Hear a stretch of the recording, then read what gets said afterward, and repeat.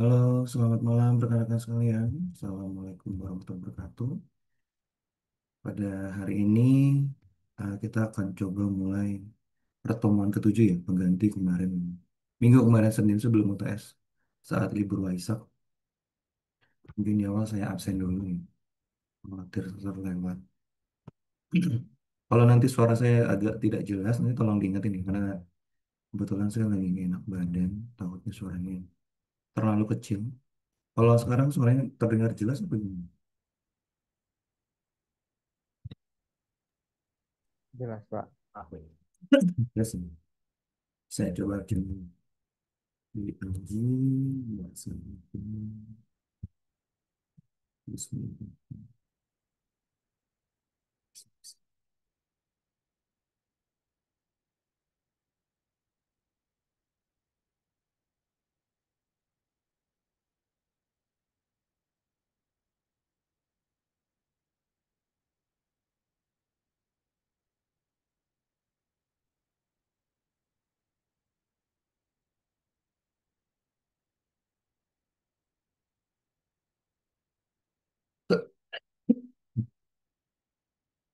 Untuk UTS kemarin gimana? Ada kendala? So far, so good sih. Saya udah lihat beberapa assignment dari rekan-rekan sekalian. Ada Mas Muhammad Azam yang mencoba mereview dari produk YouTube Premium.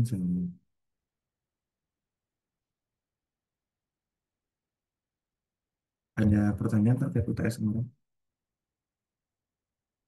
Apa sudah cukup jelas? Jadi coba saya review sedikit ya. Jadi memang kita selaku apa namanya, jika kita sudah di level top manajemen atau middle senior manajemen, itu kita dalam pengembangan suatu produk atau layanan kita itu penting banget untuk menyelaraskan dari tujuan dan visi organisasi kita tuh apa, gitu kan. Lalu dari tujuan dan visi organisasi itu kita coba breakdown lagi, analisa terkait kekuatan dan kelemahan produk kita, lalu sebenarnya ancaman dari sisi internal, ancaman dari sisi eksternal, lalu peluang-peluang yang ada di internal kita atau peluang-peluang yang ada di eksternal gitu kan. Itu jadi guidance bagi kita untuk mengembangkan suatu produk atau layanan gitu. Jadi dengan pengembangan yang dilakukan analisa dari analisa SWOT, terus kita melihat analisa IPAS dan EVAS, pengaruh internal dan pengaruh eksternal, lalu kita merujuk lagi ke tujuan dan visi organisasi kita tuh tujuannya lebih banyak mana sih? Apakah ke finansial, apakah growth, apakah efisiensi internal proses. Nah, itu akan jadi dasar untuk fokus pengembangan aplikasi atau produk layanan kita tuh kemana. Itu sih sebenarnya. Jangan sampai pengembangan produk dan layanan kita tuh nggak sustain. Kadang-kadang memang paling banyak di Indonesia tuh dalam pengembangan software, apalagi di pemerintah biasanya nggak sustainable. Karena baru berpikir bagaimana menghasilkan suatu produk, tapi untuk pengembangannya, jangankan jauh sampai pengembangan, untuk operasional aja kadang-kadang belum sempat berpikir kan. Nah, itu yang jadi dasar sebenarnya tantangan terbesar dalam menerapkan suatu produk atau layanan itu bukan pas proses developmentnya. Memang proses developmentnya itu cukup banyak tantangan, tapi untuk implementasi itu biasanya lebih banyak. Nah, sebenarnya masih selaras seperti yang kemarin. Pada hari ini kita akan coba membahas tentang manajemen risiko. Mungkin kemarin kita sudah sempat membahas ya terkait beberapa resiko-resiko ya. Dan di sini kita akan mencoba untuk melakukan bagaimana kita dari resiko yang sudah kita ketahui kemarin gitu kan, itu akan coba kita kelola. Mungkin dari rekan-rekan yang sebelumnya sudah mengikuti mata kuliah sebelumnya di audit gitu kan, kemarin sudah sempat terima juga ya terkait materi manajemen risiko ya. Karena manajemen risiko itu atau risk assessment itu sebenarnya kadang-kadang jadi auditor tuh jadi guidance juga, jadi pedoman untuk mengetahui sebenarnya kelemahan dari suatu proses atau unit kerja itu apa sih. Jadi seorang auditor tidak perlu mencari-cari kesalahan, tinggal ngelihat ke buku Pandoranya unit kerja tersebut, sebenarnya unit kerja ini tuh punya resiko apa aja sih. Biasanya paling gampang dicek dari situ. Mungkin kita mulai awali untuk pertemuan hari ini. Rekan-rekan yang sebelumnya sudah pernah mengikuti mata kuliah audit, ada yang masih ingat definisi resiko itu apa?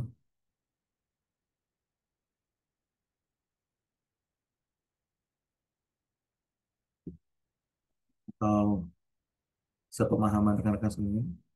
Menurut Mbak Saida, resiko itu apa ya, Mbak? Secara pemahaman umum Mbak Saida aja gitu.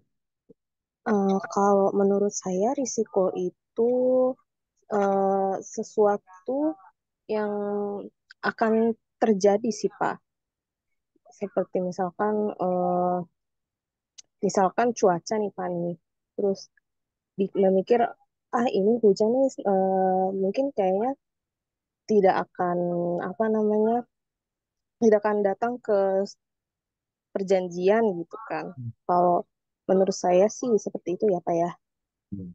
Kalau Mbak Saida udah tahu ada risiko hujan, misalnya lihat dari apa namanya prediksi cuaca atau lihat dari kondisi awan dan sebagainya, atau tahu dari musim sekarang lagi musim hujan. Kira-kira ketika Mbak Saida udah tahu resiko itu, yang Mbak Saida lakukan apa ya?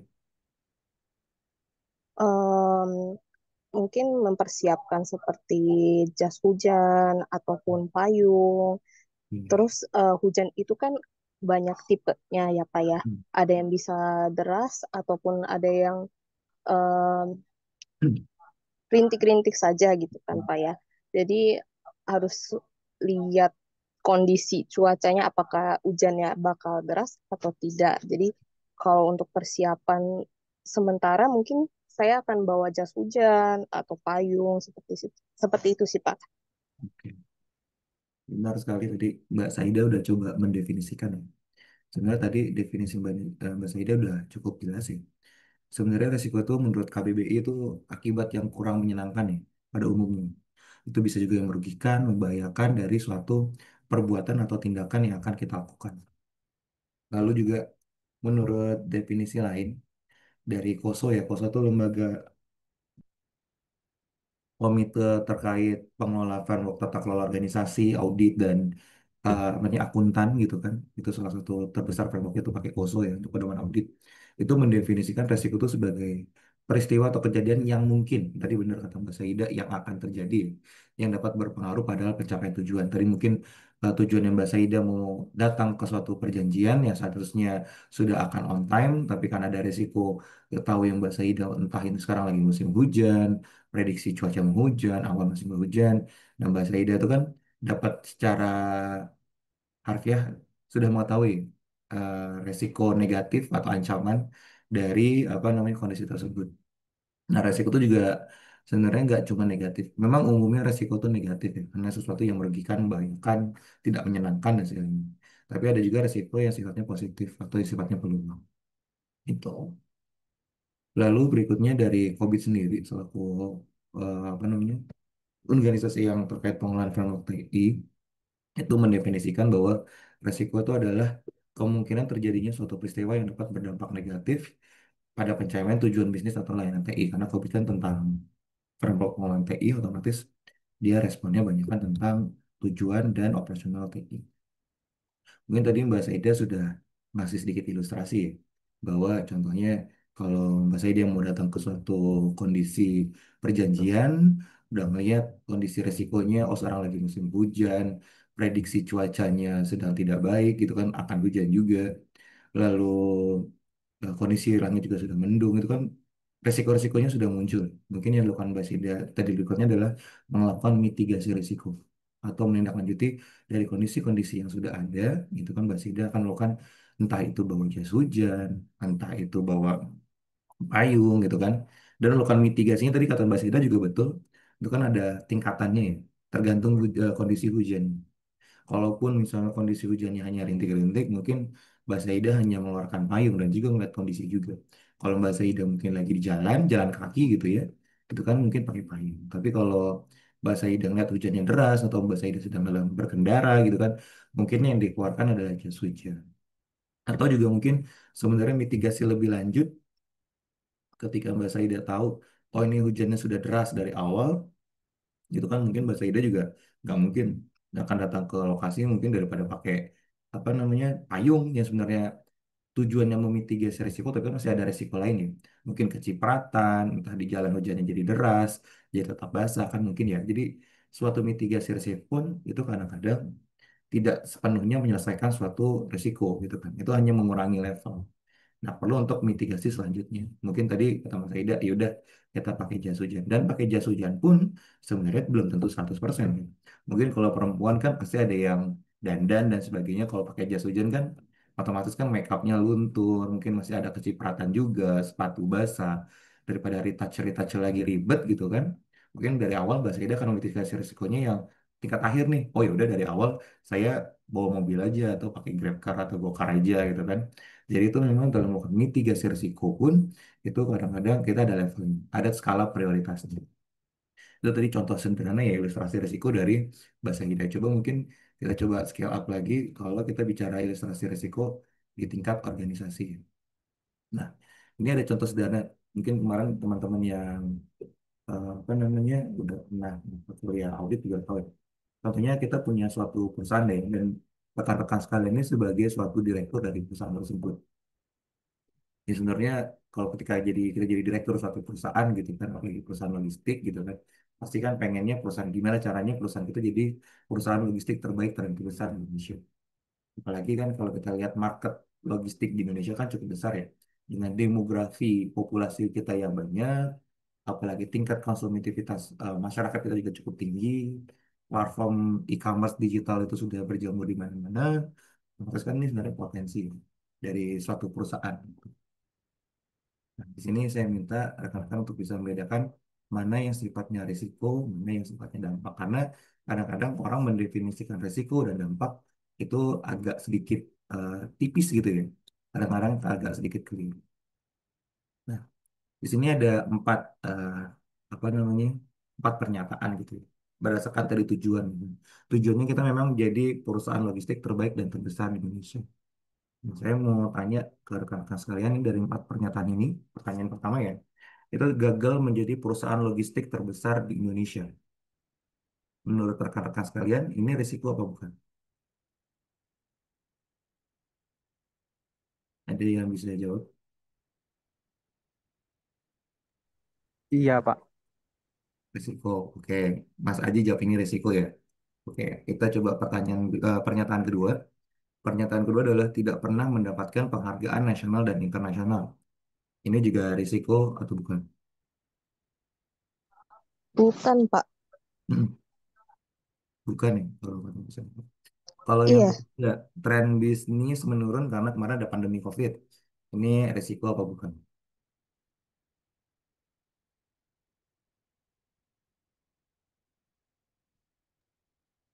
Iya, Pak.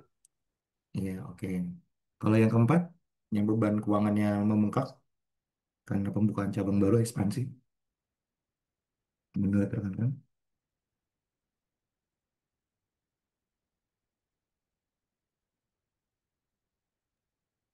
iya Pak. Itu risiko juga yang nomor 4.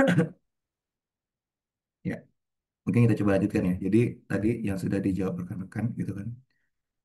Sudah mayoritas tadi betul, tapi tidak 100%. Jadi kalau kita bicara eh, suatu organisasi gitu kan, menjadi perusahaan logistik terbesar di Indonesia.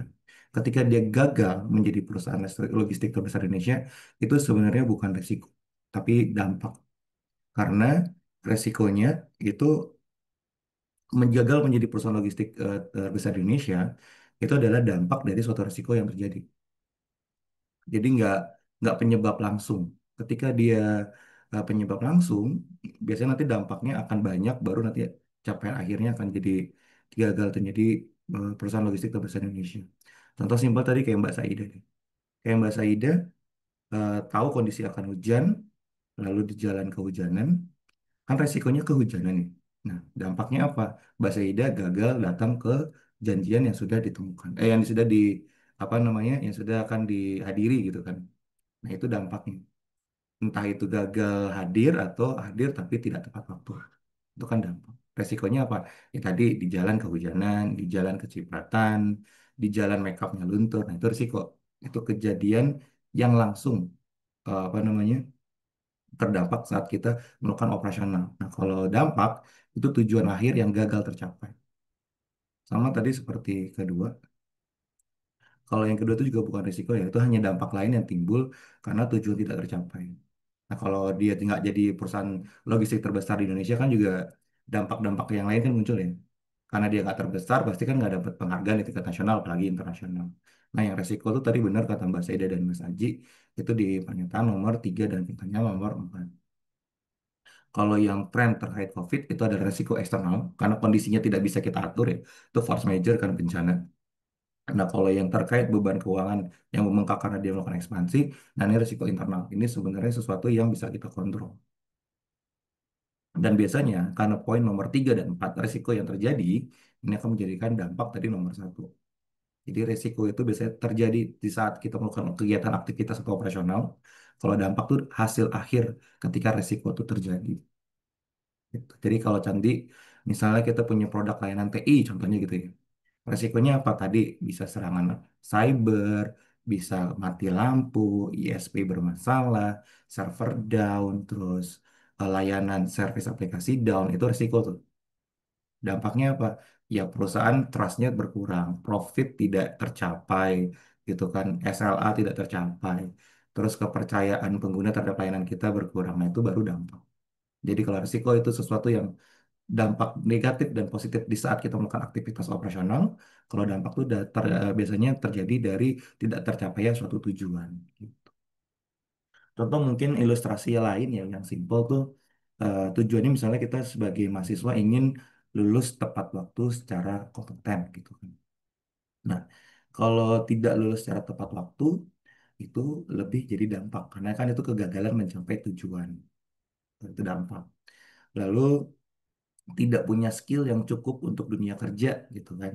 Karena tadi nggak lulus dia nggak tepat waktu, terus pas mungkin kuliah dia juga belajar kurang nih, otomatis kan tidak punya skill yang cukup untuk dunia kerja itu juga dampak. Karena itu di akibat lain yang didapatkan karena dia lulus tidak waktu dan dia juga tidak kompeten. Itu kegagalan mencapai tujuan yang dia inginkan. Nah, kalau selama perkuliahan gitu kan, misalnya dia terlalu sibuk bekerja sambil kuliah, itu namanya risiko, risiko internal ya. Karena kan ini proses internal yang bisa dia kontrol sebenarnya, yang bisa menghambat kelulusan dia secara tepat waktu. Lalu juga kesehatan yang menurun karena stres, itu juga risiko internal, karena dia bisa ngatur sebenarnya pola gaya hidup dia atau kesehatan dia. Kalau resiko eksternal biasanya kalau tepat waktu misalnya dia udah semester akhir dosen pembimbingnya sulit ditemui atau misalnya dosen pembimbingnya minta ganti-ganti apa namanya judul skripsi, nah itu resiko eksternal. Bisa juga resiko eksternal tuh biasanya kayak penelitian yang dia ingin buat itu atau skripsi yang dia ingin buat itu karena terlalu penelitiannya sifatnya terbarukan gitu ya. Jadi belum ada literatur atau referensi yang jadi acuan gitu kan. Karena mungkin ini dari proyek tesis atau disertasi dosen pembimbingnya disuruh kerjain untuk deskripsi. Kan biasanya minum literasi ya, minum literatur yang penelitian sebelumnya. Karena otomatis kan jadi beresiko eksternal gitu. Atau tidak ada inisiatif atau mencari literatur atau referensi itu resiko internal. Balik lagi ya. Kalau sifatnya dari diri kita sendiri atau aktivitas kita sendiri itu resikonya internal. Kalau risiko eksternal itu pengaruh dari luar. Nah, kalau dampak itu biasanya maaf, kegagalan mencapai tujuan itu jadinya dampak. Dari sini, sudut pandangnya dari risiko dan dampak sudah mulai terbayang ya. Iya paling simpel tadi Mbak Saida sih contohnya yang kalau Mbak Saida di jalan kehujanan, kecipratan, make upnya luntur, sepatu basah, otomatis kan dampaknya apa? Gagal datang ke pertemuan itu kan dampaknya. Kalau risikonya tadi selama perjalanan. Atau kita next lagi. Kita coba cari ilustrasi yang lain ya. Nah, ini ilustrasi yang berikutnya itu terkait ilustrasi suatu risiko ya. Misalnya terjadi kebakaran ya, ketika kita punya gudang untuk perusahaan logistik ya. Jadi kebakaran pada sebuah warehouse ini juga berasal dari salah satu paket pelanggan yang berisi bahan bakar terbakar. Kemudian highly flammable ya. Kebakaran dengan cepat menghabiskan seluruh isi warehouse. Selama kurang lebih dari 5 jam, pemadam kebakaran baru dapat memadamkan api. Selain barang paket pelanggan yang terbakar, itu diperkirakan ada 2 mobil juga yang ikut jadi korban kebakaran. Namun untungnya tidak ada korban jiwa dari kejadian tersebut. Namun kerugian diperkirakan mencapai 5 miliar rupiah. Nah, kalau menurut dari rekan-rekan sekalian, dari ilustrasi risiko ini, yang menjadi threat-nya atau peristiwanya itu apa?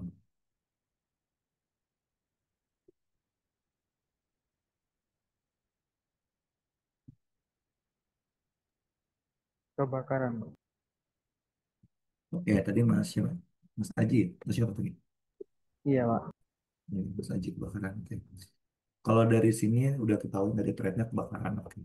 Untuk kerentanannya, kelemahannya, gitu, vulnerability-nya itu apa? Eh, kurang dicek ini sih, Pak. Jadinya lolos bahan mudah terbakarnya itu lolos. Oke. Berarti kurang dari sifat quality control-nya dalam pengecekan barang gitu ya. Oke. Lo butuh juga kerentanan. Lalu dari dampaknya, dari kejadian kebakaran ini tadi, dampaknya udah tahu apa aja? Izin kerugian material, Pak. Oke, kerugian material. Kerugian materialnya apa aja nih tadi nih? Kerugian materialnya banyak ya kayaknya tadi.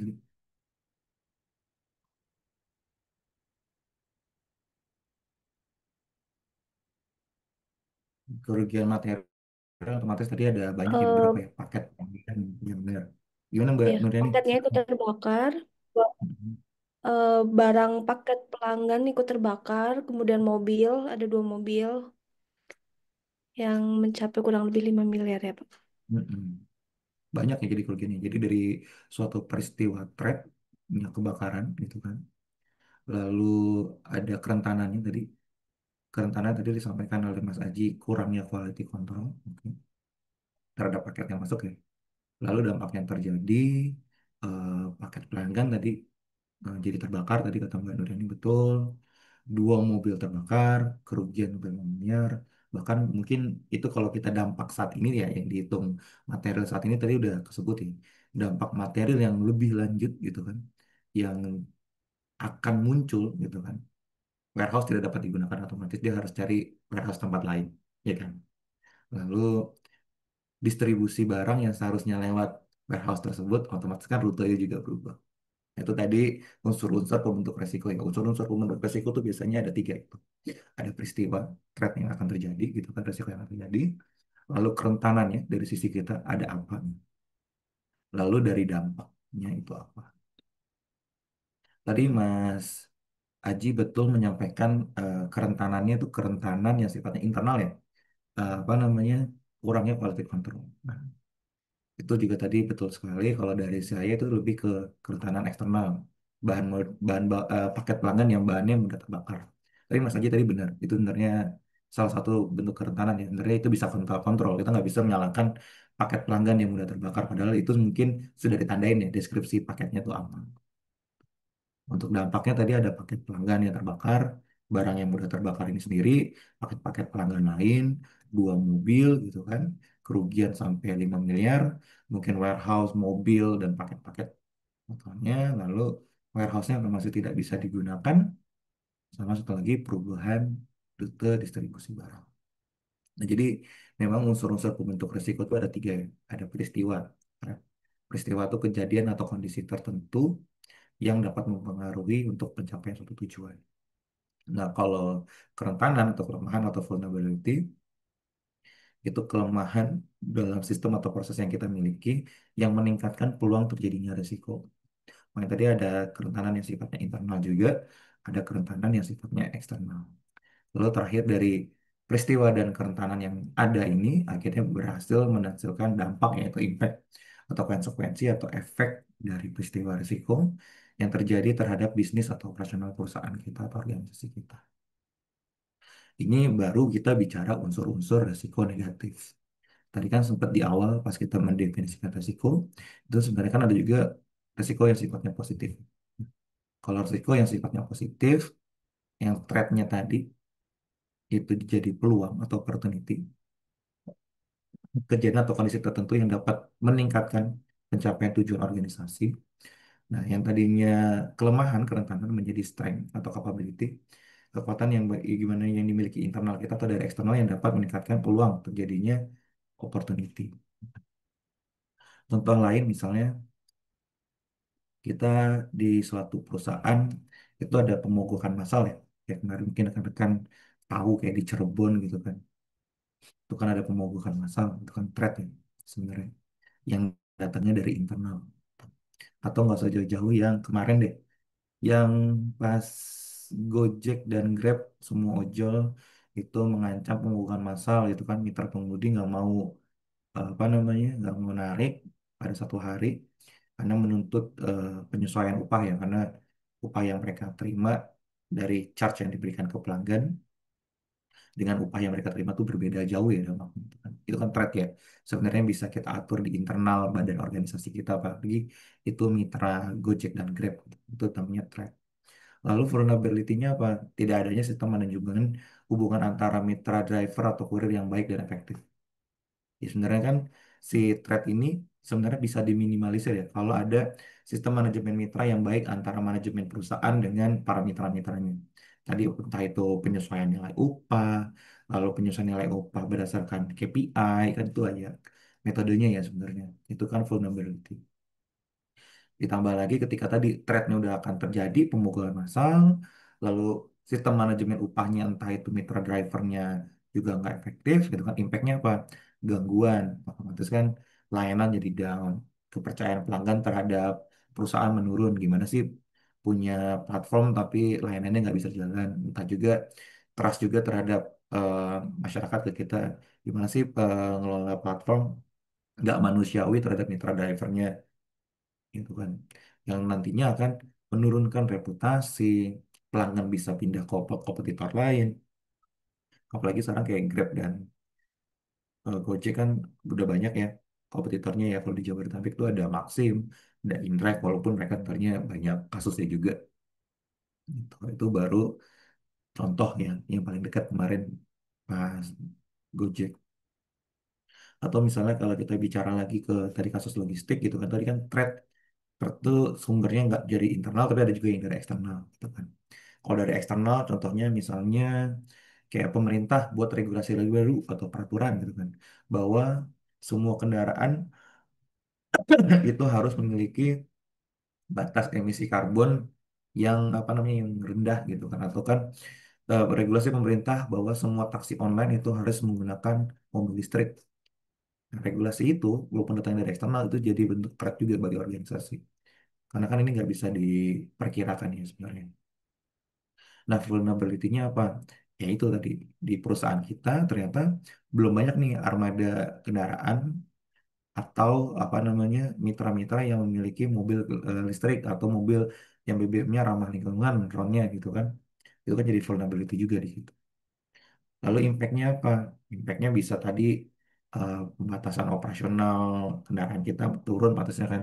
Karena mobil-mobil yang emisi karbonnya jelek itu jadi nggak boleh beroperasional. Lalu mungkin ada charge atau denda dari pemerintah bahwa kalau emisi karbonnya tinggi itu ada denda gitu kan per kilometer atau apa. Ada juga impact yang sifatnya perusahaan harus investasi nih beli armada baru yang tadinya armadanya bisa pakai BBM biasa karena ada program terkait emisi rendah emisi karbon atau mobil listrik gitu kan harus investasi lagi mobil-mobil baru itu kan otomatis memunculkan impact lainnya gitu karena kita beli mobil baru otomatis kan cost operasional belinya mahal operasional juga jadi mahal yang tadinya mungkin operasional dikasih bensin sekarang harus bikin stasiun-stasiun pengisian beban ini ya bahan listrik gitu ya itu kalau unsur-unsur resiko yang sifatnya negatif. Nah, kalau yang positif gimana? Contoh lainnya. Kalau contoh yang lain misalnya contohnya kayak gini. Eh, Organisasi kita nih, kan tadi perusahaannya misalnya logistik aja deh, nggak usah jauh-jauh. Kan sekarang sudah banyak ya perkembangan teknologi saat ini yang mendorong transformasi digitalisasi di logistik ya. Makanya sekarang perusahaan logistik rata-rata bisa tracking yang umumnya gitu kan. Bahkan kita bisa nggak cuma tracking status kalau dulu kan. Kalau sekarang kita bisa ngelihat pergerakan di peta si paket kita ini udah sampai mana sih. Lalu transisinya antar tadinya pakai pesawat, ganti ke mobil kargo mungkin, terus balik lagi ke jadi ojek. Dia pindah-pindah mitra platform pengiriman distribusi pun tetap ter-tracking. Itu kan karena ada perkembangan teknologi. Kalau dulu apalagi, kalau paketnya masih pakai kantor pos kan itu bisa nggak bisa di-tracking gitu kan. Itu kan opportunity ya, karena ada perkembangan teknologi gitu kan. Ini mendorong perusahaan untuk lebih transparan dan akuntabel dalam pengiriman logistik, gitu kan. Lalu strengthnya gimana? Ketika di opportunity tadi udah ngelihat ada peluang teknologi yang ada, nah perusahaan ini segera-segera nih mengadopsi sistem pelacakan tadi yang real time, gitu kan. Lalu dia punya platform digital yang bisa interoperabilitas dengan beberapa e-commerce, itu kan strength. Lalu impactnya apa ya tadi? Bisa jadi pelopor terkait apa namanya penggunaan teknologi dalam program logistik itu kan mungkin dulu di awal tuh ada Tiki, ada JNE yang akhirnya merobohkan ya dominasi kantor pos gitu kan. Otomatis ketika tadi semua logistik sudah tertransformasi jadi digital, semua pelanggannya bisa ngelihat barangnya ada di mana, posisinya ada di mana, lalu sudah terintegrasi dengan beberapa platform, kepuasan pelanggan meningkat ya kan. Lalu impact positifnya lagi apa? Memperluas pangsa pasar gitu kan. Yang tadi mungkin hanya di Jawa, terus bisa meluas ke seluruh Indonesia. Otomatis nanti ketika kepuasan pelanggan sudah meningkat, tingkat kesetiaannya meningkat, memperluas pasar, impact dampak-dampak lainnya ada yang muncul tuh kayak peningkatan profit dan sebagainya. Bahkan sampai bisa ekspansi keluar. Terus tadi contoh kedua yang saya jadi ingat gitu kan, kayak opportunity kalau perusahaan logistik itu meningkatnya tren belanja e-commerce di Indonesia ya itu kan opportunity juga ketika kalau dulu kita mungkin mau ngirim-ngirim barang itu harus pakai kargo yang besar entah itu pesawat kargo truk atau kontainer gitu kan sekarang karena e-commerce belanja-belanja yang sifatnya kecil retail pun itu bisa pakai logistik juga gitu kan. Opportunity-nya apa tadi? Tren belanja e-commerce di Indonesia besar, bonus demografi, tingkat konsumtivitas masyarakat Indonesia juga besar gitu kan. Platform digital Indonesia juga besar, pengguna internet dan sebagainya, itu opportunity. Nah, jaringan strength atau kemampuan yang kita miliki di internal, jaringan gudang kita harus kuat. Distribusi perusahaan kita udah tersebar, entah itu di seluruh provinsi atau sepulau Jawa atau se-Indonesia. Atau juga kita bisa juga kerjasama dengan perusahaan-perusahaan logistik lain. Contohnya kayak beberapa perusahaan logistik kan nggak harus dia yang mengirim langsung ke tujuan ya. Misalnya selevel JNE, Tiki atau yang lain kayak Shopee Express kadang-kadang kan dia kerjasama sama platform lain kayak GoSend dengan GrabSend gitu kan untuk pengiriman barang untuk ke tujuan-tujuan akhirnya. Jadi dari gudang, jaringan gudang akhir sampai ke tujuan akhirnya itu dilempar lagi ke platform lain tapi tetap bisa apa namanya terlacak lah paketnya ada di mana. Itu kan strength ya di internal kita gitu kerjasama. Impactnya apa? Otomatis kan volume pengiriman meningkat ya. Yang tadinya kita cuma bisa ngirim misalnya sehari itu 1.000 paket bisa jadi 2.000 paket. Karena kita punya mitra-mitra lain yang bisa kerja sama sama kita. Otomatis karena volume meningkat, otomatis pendapatannya juga meningkat juga gitu. Untuk sampai ini jadi udah mulai bisa kebaca ya apa yang namanya risiko, bedanya risiko dan dampak, lalu unsur-unsur yang membentuk risiko ya. Kalau unsur yang membentuk risiko negatif, tadi ada threat gitu kan, ancaman yang akan muncul, lalu ada kerentanan yang meningkatkan mengkapitalisasi dari ancaman tadi, lalu akhirnya munculkan dampak yang merugikan. Nah, kalau unsur risiko positif itu biasanya kebalikannya. Kalau threat kebalikannya ada opportunity, peluang gitu kan. Nah, kalau kelemahan atau vulnerability itu ada strength atau capability. Makanya ini dalam mengetahui unsur risiko ini sangat kuat banget dengan proses analisa yang kemarin analisa SWOT gitu ya. Untuk kita bisa memahami kondisi lingkungan kita.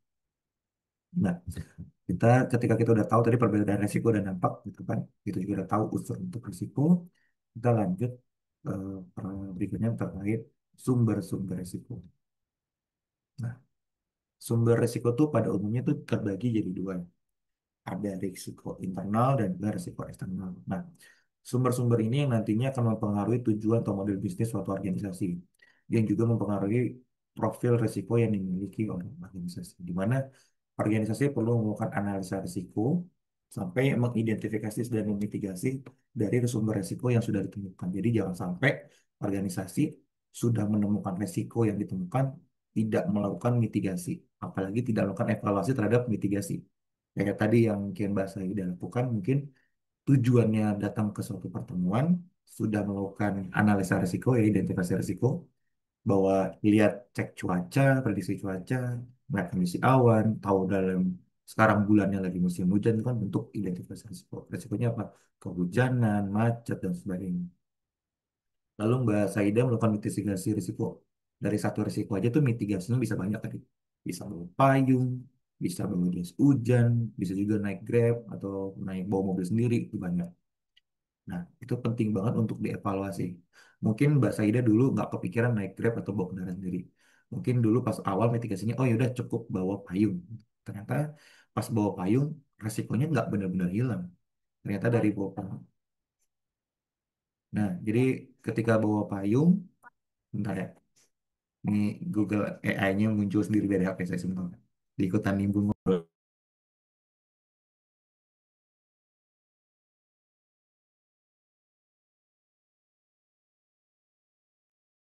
ikutan ngobrol gini. Tadi udah sampai mana ya? Sampai Mbak Saida ya. Misalnya Mbak Saida sudah melakukan mitigasi risiko, contohnya membawa payung ya, membawa payung untuk meminimalisir risiko dari kehujanan gitu kan. Ketika Mbak Saida bawa payung, ternyata pas dievaluasi, oh ternyata bawa payung itu tidak benar-benar 100% menghilangkan risiko kehujanan yaitu hujan, itu kebasahan gitu kan. Nah, akhirnya Mbak Saida, oh yaudah, besokannya saya bawa jas hujan. Ketika bawa jas hujan pun ternyata, oh pakai jas hujan pun tidak 100% nih menghilangkan resiko. Misalnya sepatu bisa kecipratan sampai basah, bisa juga makeup yang luntur, otomatis kan perlu dievaluasi kembali. Evaluasi kembalinya apa? Tadi bisa juga bawa kendaraan sendiri, bisa juga sewa taksi atau taksi online gitu kan. Dan kan itu mitigasi resiko, otomatis kan ada dampak lain gitu kan, dampaknya entah itu punya mobil sendiri apa enggak, masa untuk memitigasi risiko kehujanan harus beli mobil gitu kalau sebelumnya nggak punya mobil gitu kan, atau mitigasi yang lain itu bisa juga tadi pakai taksi online. Makanya dalam melakukan mitigasi risiko itu sebenarnya ada selera juga. Kita tuh seleranya gimana sih? Kita mau yang reaktif atau kita maunya resikonya hanya dikurangin atau sebenarnya bisa kita transfer gitu. Kalau kita transfer, ya balik lagi. Ketika kalau ditransfer tuh contohnya yang tadinya pertemuannya misalnya di rumah si A, Mbak Seda balikin transfer resikonya. Ah, hujan saya nggak bisa hadir. Gimana kalau kamu aja yang ke rumah saya, itu transfer resiko. Yang tadinya seharusnya resiko kehujannya ada di Mbak Saida misalnya lempar ke Mas Aji, biar Mas Aji yang ke rumah Mbak Saida. Otomatis kan Mas Aji yang punya resiko kehujanan. Itu salah bentuk transfer resiko gitu dalam mitigasi resiko. Nah, itu penting banget dalam kita proses tadi analisa risiko. Itu penting banget dari identifikasi, mitigasi, dan dievaluasi juga hasil mitigasinya. Karena eh, balik lagi tadi dalam melakukan mitigasi itu tergantung prioritas tujuannya. Kalau tadi kita bicara Mbak Saida gitu karena simpel kehidupan sehari-hari, kalau kita bicara organisasi kan keseluruhan organisasi prioritasnya beda ya. Gitu. Jadi sebenarnya dalam pengelolaan risiko ini nggak cuma harus dilakukan dari top manajemen, terus sampai level di bawah itu budayanya harus ngerti nih risiko masing-masing kelompok. Kita balik lagi ke sumber risiko tadi ya kan secara umum tuh ada dua ya, risiko internal dan risiko eksternal. Nah kalau sumber risiko internal tuh pastinya berasal dari diri kita sendiri ya dalam organisasi yang sebenarnya dapat kita pengaruhi secara langsung. Contohnya apa? Ada banyak. Contohnya suatu perusahaan itu manajemen risikonya tidak baik, entah itu risk appetite itu selera resikonya ya, atau peluang resikonya itu nggak baik. Jadi dia tidak apa ya, tidak melakukan prioritas. Ini resiko ini mau di-terminate, dihilangkan, ditransfer atau ditoleransi. Itu manajemen resikonya nggak baik, karena selera resikonya juga nggak baik. Lalu perubahan dari level strategis, tujuan-tujuan organisasi atau bisnis modelnya berubah-berubah. Itu kan resiko internal. Juga resikonya diturun lagi mungkin kesalahan prosedur atau operasional. Tadi mungkin dikatakan Mas Aji, quality control dari produk atau layanan atau proses bisnis itu dilakukan tidak secara efektif atau efisien itu kan kesalahan prosedur ya, itu resiko internal juga. Atau ketidakcukupan sumber daya, entah itu sumber daya SDM manusianya atau sumber daya teknologinya, itu juga resiko internal. Lalu keputusan manajerial yang sifatnya tidak efektif. Nah, ini banyak ya. Entah itu manajerial yang tidak paham tentang eh, unit kerjanya atau bisnis prosesnya, lalu framework tata kelola dalam suatu organisasinya berubah-ubah, atau misalnya di akhir metode evaluasi atau metode auditnya berubah-ubah, itu kan resiko juga. Lalu kalau resiko eksternal mana? Resiko eksternal ya pasti resiko yang sifatnya datang dari eksternal organisasi yang biasanya sulit kita kendalikan. Nah, kalau yang dari luar organisasi banyak ya. Tadi contoh yang ilustrasi, entah itu pandemi, ya kan, itu bencana alam, itu kan sulit kita kontrol, kita nggak tahu, itu force major. Atau sebenarnya yang dari eksternal, tapi sebenarnya sedikit kita bisa prediksi, contoh kayak perubahan regulasi atau kebijakan pemerintah, itu kan nggak ujuk-ujuk langsung ya, biasanya kan ada uji publik, pembahasan dulu, dan sebagainya. Itu kan juga sebenarnya bisa kita prediksi, gitu. Bisa kita lihat lah prosesnya. Lalu kalau resiko lagi dari eksternal, itu contoh kayak sekarang kondisi ekonomi makro Indonesia yang sedang turun gitu kan, lagi resesi, lalu mata uang lagi naik, inflasi, atau misalkan daya beli masyarakat turun, nah, itu kan resiko eksternal juga. Atau contoh eksternal lain kayak persaingan bisnis sekarang makin ketat, contohnya kayak ketika si Grab melihat GoTo sekarang nih perkembangannya sudah stagnan, operasionalnya sudah terlalu tinggi, akhirnya mau diambil alih aja, di take over, di merger untuk menghilangkan resiko persaingan. Itu kan resiko dari eksternal juga. Resiko internal dan eksternal ini sebenarnya kalau kita rinci dan detail kembali jadi lebih banyak kayak di breakdown nih. Ada yang namanya sumber resiko strategis tadi, contohnya kayak pimpinan berubah-berubah tadi, visi misi tujuannya, itu kan itu biasanya berhubungan dengan strategi jangka panjang dari suatu instansi atau perusahaan. Contohnya tadi kan kayak dia mau merger atau akuisisinya gagal, atau pemilihan strategi bisnisnya itu nggak tepat, perubahan-perubahan visi misi tujuan organisasi, itu kan sumber risiko yang sifatnya ada untuk manajemen yang strategis. Lalu ada juga sumber risiko yang tadi ada di level operasional, entah itu kegagalan manusia, human error, entah itu kegagalan hardware, software, atau supply chain tadi, misalnya kayak tadi kita logistik, karena ada warehouse kebakaran gitu kan, maksud gangga apa namanya, jalur logistiknya terganggu, itu kan resiko operasional.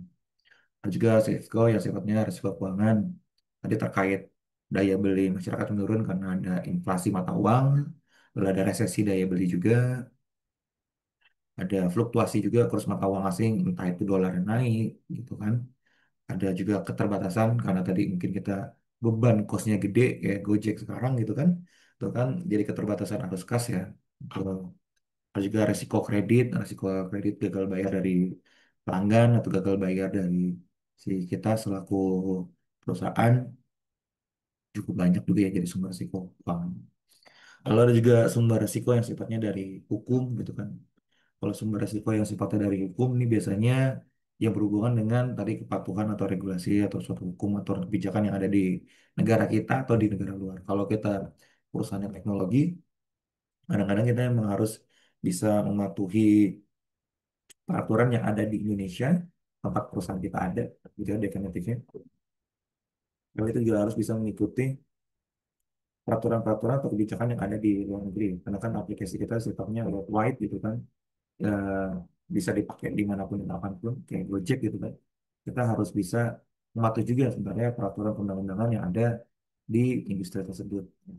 Contoh simpelnya kayak perlindungan data pribadi, ketika Gojek misalnya atau Tokopedia datanya bocor gitu kan, itu kan dia sebenarnya melanggar hukum atau kepatuhan dari undang-undang PDP yang ada di Indonesia, tapi kan dia juga ketika ada penggunanya warga negara asing gitu kan, dan warga negara asingnya itu menuntut, itu juga bisa karena dia Gojek atau si Tokopedia ini kan sudah rilis juga ya aplikasinya di Play Store gitu kan, otomatis kan dia ada kebijakan atau aturan di Google yang sebenarnya terkait perlindungan data pribadi, itu yang harus dia patuhi juga.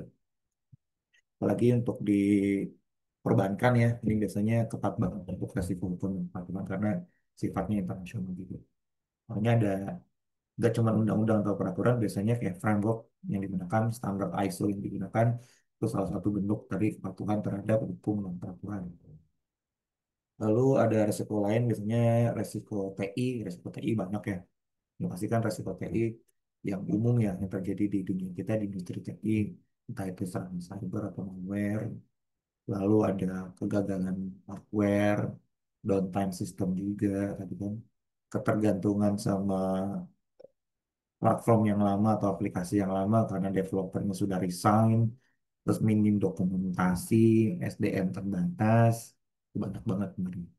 Resiko teknologi itu nggak cuma dari hardware dan software, bisa juga dari data dan informasi, bisa juga dari SDM. Karena sebenarnya aset TI itu nggak cuma hardware dan software. Lalu mungkin yang terakhir itu ada resiko reputasi. Ya, misalnya di akhir dari produk dan layanan kita itu berdampak lain. Tadi kayak resiko reputasi ya. Ini biasanya berhubungan dengan persepsi publik dan citra perusahaan atau instansi. Ini bisa juga dari contohnya kayak tanggapan negatif atau pelanggan atau di media sosial kita, di Google Play Store kita gitu kan. Entah tadi kayak di Gojek atau Tokopedia gitu yang skandal pelanggaran terkait undang-undang perlindungan data pribadi gitu kan. Atau produk dan layanan kita sebenarnya tidak memuaskan. Biasanya kan Gojek atau Tokopedia suka atau instansi pemerintah kan suka apa ya membagikan kuesioner terkait survei kepuasan pelanggan gitu kan. Itu kan bisa melihat tuh sebenarnya reputasi produk atau layanan kita tuh baik apa enggak. Itu sumber resiko secara umum ya, tadi internal dan eksternal. Lalu resiko-resiko lain dari sisi strategis, operasional, keuangan tadi udah saya jelasin, hukum juga sudah, TI sudah, reputasi juga sudah. Nah, karena kita di TI mungkin kita coba breakdown lagi ya tadi resiko-resiko TI itu sebenarnya apa aja sih?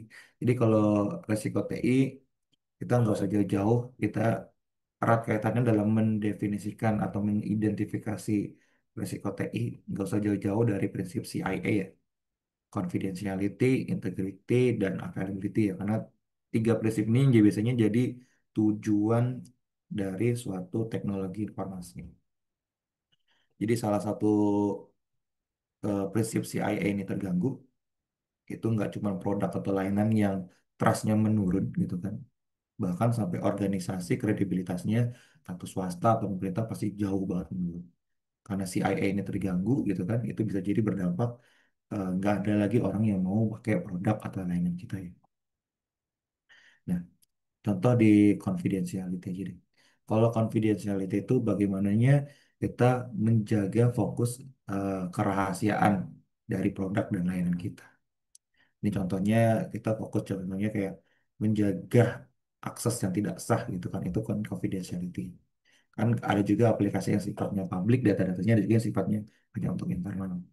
Kayak Gojek atau Tokopedia, data toko, lalu data produk itu kan publik. Tapi kan kayak jumlah transaksi toko ini ada apa aja, dikirim kemana aja, itu kan datanya private ya, hanya ada antara pelanggan dengan toko. Jangan sampai publik tahu alamat rumah kita. Ketika publik tahu siapa kita, lalu transaksi kita apa aja, nilainya berapa, rumah kita di mana, itu kan akses yang tidak sah. Resikonya apa kalau kayak gitu? Tadi kebocoran data sensitif, misal tadi data pelanggan atau informasi terkait diri kita pribadi, nilai transaksi kita. Contohnya tadi kan banyak ya. Data leak yang kebocoran Tokopedia, terus kemarin YSI juga perbankan juga ada. Lalu yang kedua dari integrity. Integrity itu terkait keintegritasan data ya, menjaga akurasi dan konsisten data. Contohnya gimana caranya suatu perbankan itu menjaga transaksi keuangannya itu tidak bisa diubah oleh pihak eksternal. Itu biasanya kayak hacker atau peretas atau pihak internal yang tidak bertanggung jawab, yang dapat membuat bahwa nilai transaksi atau laporan keuangan ini tidak sah. Ketika itu terjadi, itu resikonya apa? Karena ada perubahan dan manipulasi yang tidak sah gitu kan, misuse, tidak digunakan sebagaimana mestinya, ini kan data jadi tidak akurat. Dari sisi data sendiri, dari data jadi tidak akurat. Dari sisi eksternal, data ini tidak dapat dipercaya. Gitu kan. Itu resiko-resiko. Lalu dari prinsip ketiga, dari sisi ketersediaan atau availability, ini dia fokus biasanya terkait memastikan bahwa sistem produk atau layanan yang kita miliki itu selalu tersedia untuk kebutuhan operasional. Contohnya apa? Contohnya kayak kita mengidentifikasi server bisa down karena serangan DDoS gitu kan. Atau misalnya ada kayak ada backdoor biasanya naruh SMRIG untuk crypto mining di server kita itu juga bisa, yang meningkatkan jumlah tingkat usage di server kita ya. Memastikan resource kita dipakai habis-habisan. Nah, ketika server kita down gitu kan, otomatis kan pelanggan jadi nggak bisa pakai nih layanan-layanan kita. Pelanggan nggak bisa pakai, petugas internal kita juga internal kantor juga nggak bisa pakai sistem kita. Resikonya apa? Karena tadi sistem atau layanan TI yang tidak dapat diakses karena threat-nya ada serangan DOS gitu kan, otomatis kan resikonya menghambat proses operasional. Dampaknya apa? Revenue-nya menurun, tingkat kepercayaan menurun. Nah, itu contoh-contohnya. Jadi sebenarnya resiko TI ini banyak ya layer-layernya, nggak cuma dari layer infrastruktur aja, dari sisi hardware, server, jaringan, ada juga yang sifatnya aplikasi, software, logic, ada yang sifatnya juga physical, physical layer, contohnya kayak ruangan dan sebagainya gitu kan. Maaf, izin dulu. Contohnya kayak kita physical layer deh, yang paling umum, yang paling sederhana dulu. Resiko physical layer contohnya pencurian terhadap perangkat server atau pencurian terhadap perangkat jaringan. Itu kan resiko terhadap physical layer kita ya. Lalu kebakaran di ruang server itu resiko terhadap physical layer juga. Lalu nanti kelemahannya apa? Entah itu ruang server kita nggak punya CCTV, nggak ada akses door lock, terus nggak ada APAR, nggak ada sprinkle, nggak ada bom asap untuk kebakaran. Itu kan vulnerability atau kelemahan yang akhirnya meningkatkan gitu kan. Lalu nanti contoh CIA yang terdampak apa? Contohnya availability. Kalau perusahaan, kalau perangkat server dicuri, otomatis kan availability dari produk atau lainnya kan nggak bisa berjalan ya karena servernya mati kan. Itu satu. Lalu dari confidentiality juga kita nggak bakalan bisa menjaga nih kerahasiaan dari data-data yang dari harddisk pada server tersebut yang dicuri. Nah, itu. Lalu kita naik lagi ketika dari physical layer, jadi kita udah tahu dari infrastruktur layer, dari hardware-nya kan mungkin ada banyak. Ada jaringan, ada perangkat server, ada storage gitu kan. Resikonya apa? Contohnya downtime server karena listriknya mati. Entah, ada juga bisa dari serangan DDoS kayak tadi gitu kan. Itu contoh CIA-nya berdampak apa? Tadi availability juga kan, karena dia ketersediaan terhadap layanannya itu tidak dapat diakses. Gitu. Kalau DDoS itu juga ngaruhnya ke confidentiality juga, karena data-data kita kemungkinan dia nggak cuma nyerang DDoS untuk matiin availability, siapa tahu dia juga punya backdoor untuk mencuri data-data kita, gitu kan. Atau mungkin juga minernya bisa juga ngaruh ke integrity juga, karena dia nggak cuma ngambil, gitu kan. Kalau cuma ngambil dia mungkin bisa melakukan backup ya. Kalau dia masuk ternyata merubah-rubah, itu kan juga mempengaruhi ke integritas data ya. Karena dia biasanya kalau cuma ngerubah-ngerubah itu yang nggak kedetek biasanya. Kalau layanan kita tiba-tiba mati, otomatis kan kita, wah ada apa ini gitu kan, ketahuan gitu kan. Biasanya kalau dia cuma ngehapus beberapa row atau ngerubah-ngerubah data, nah itu nggak tahu.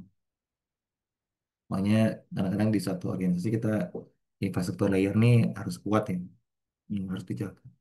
Lalu juga yang tidak kalah penting tuh di layer aplikasi biasanya. Resikonya ada banyak gitu kan. Entah itu aplikasi atau sistem kita rentan SQL injection atau web device itu kan banyak ya. Itu dampaknya ke biasanya di CIA di integrity karena integritas dari aplikasi kita terganggu.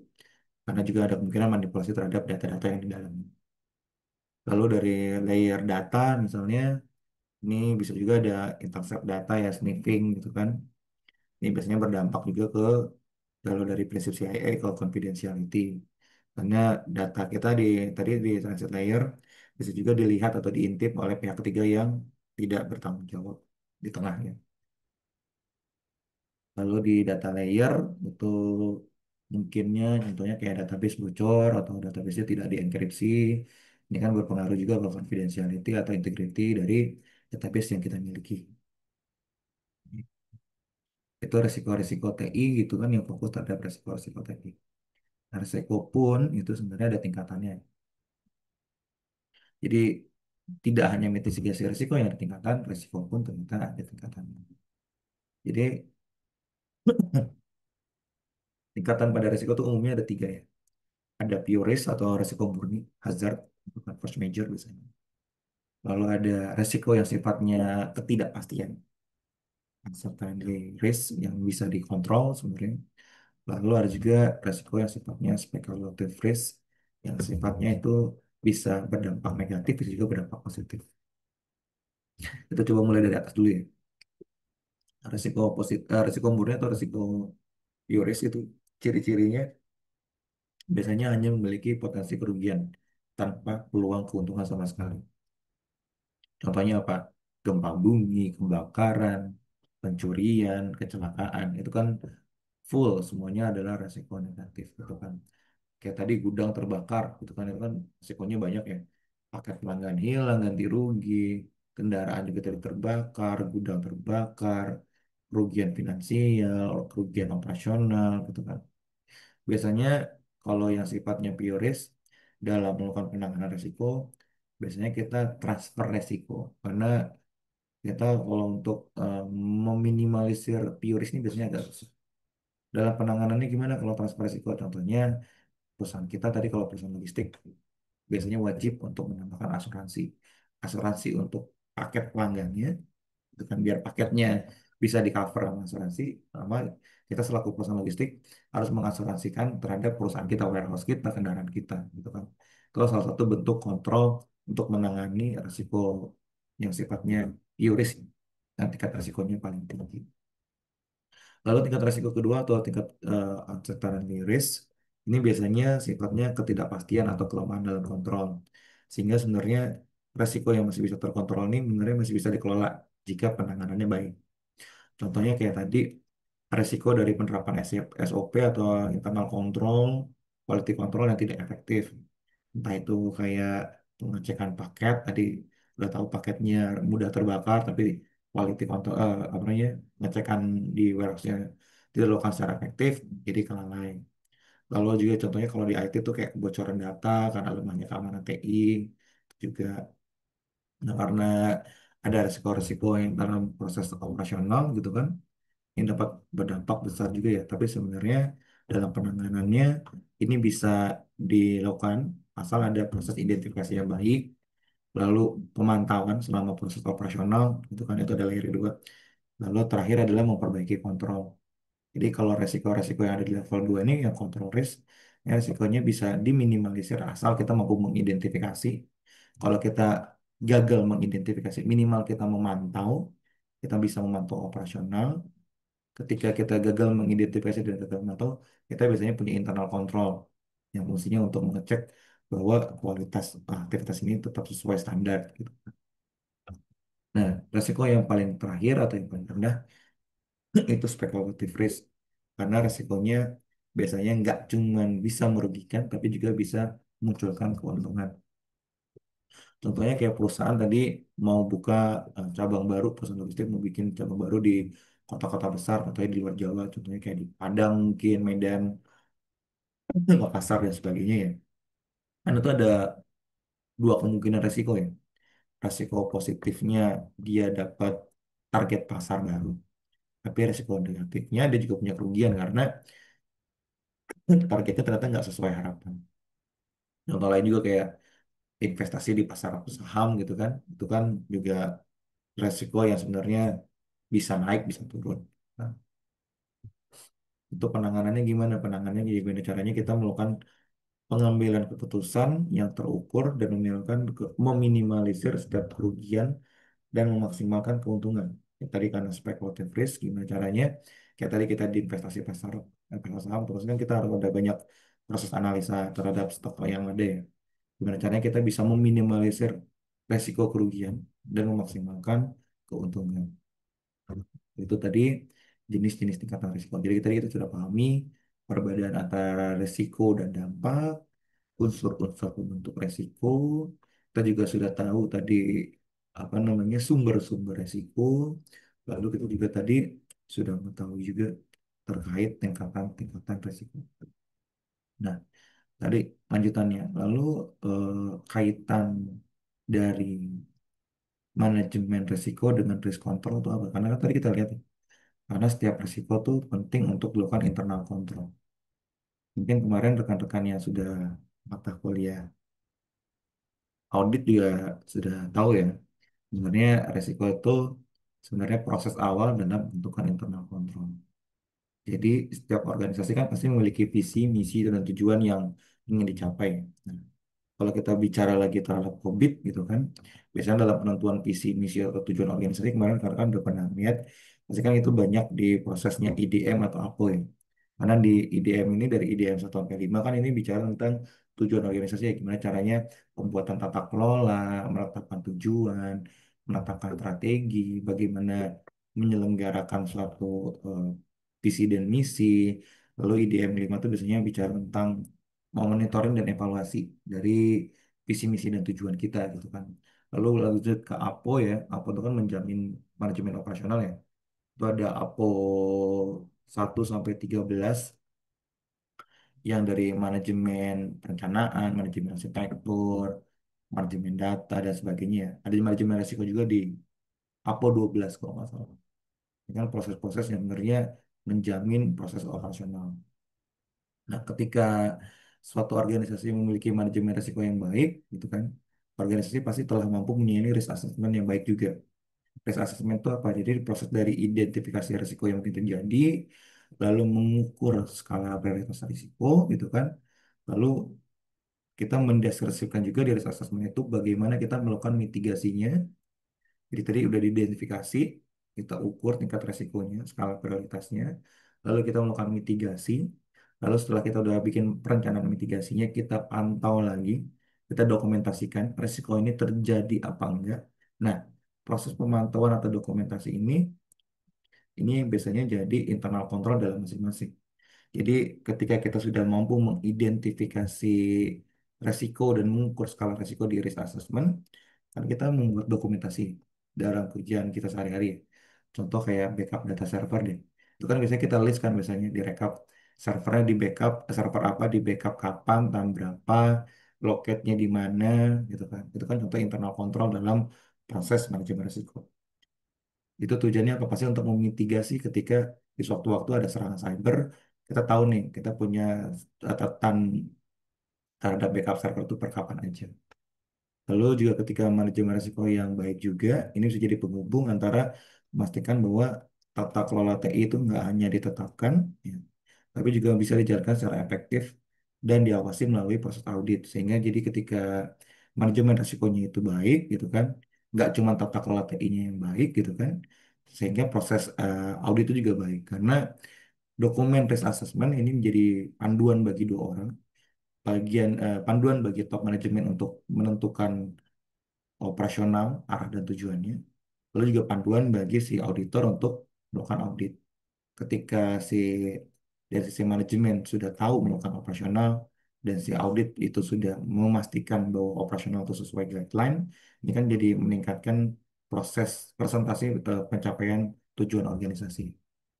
Nah, jadi karena auditnya sifatnya objektif juga gitu kan, berdasarkan kontrol manajemen risiko yang ada gitu kan, atau jadi juga jadi pengaruh gimana caranya sejauh mana sih kemampuan organisasi kita atau unit kerja kita tuh dalam melaksanakan manajemen kontrol yang ada. Kalau kemarin yang sudah di mata kuliah audit TI gitu kan, kita kan bicara juga terkait capability level dan maturity level. Kalau capability level itu berarti bicara kemampuan organisasi kita aja atau unit kerja kita dalam melakukan proses aktivitas gitu kan. Kalau maturity berarti bicara tentang tingkat kematangan organisasi kita secara keseluruhan. Itu levelnya di mana? Masih level baik atau level yang masih inisial atau masih level bawah gitu kan. Jadi kesimpulannya kesimpulannya ya, pada akhirnya itu semuanya seluruh proses ini ya, dari kita bicara tentang tujuan organisasi, dari visi misi tujuan organisasi, lalu kita bicara tata kelola yang nanti secara berkelanjutan, secara terus-menerus itu dilakukan improvement melalui proses audit dan operasional. Itu tujuannya untuk menjaga kepatuhan terhadap pelaksanaan operasional sesuai manajemen kontrol yang ada, bahkan meningkatkan, bahkan menjaga juga bahwa setiap operasional yang dilakukan itu sesuai track untuk mencapai tujuan. Jadi ini sebenarnya siklusnya berjalan dari ujung sampai ujung. Dari kita menetapkan tujuan dulu dan visi misi, lalu kita atur bagaimana kita melaksanakannya, lalu kita risk assessment, kita tahu dari proses penjalanan operasional ini resiko yang akan terjadi itu apa aja. Dari risk assessment biasanya muncul internal control. Dari internal control yang dilakukan suatu organisasi itu jadi pedoman untuk melakukan audit. Ketika audit sudah dilakukan, gitu kan itu biasanya outputnya suatu evaluasi gitu kan, suatu temuan. Lalu juga dalam output audit juga mana ada tingkat capability dan maturity yang akhirnya jadi improvement dan compliance untuk peningkatan compliance untuk kepatuhan untuk tujuan akhirnya apa?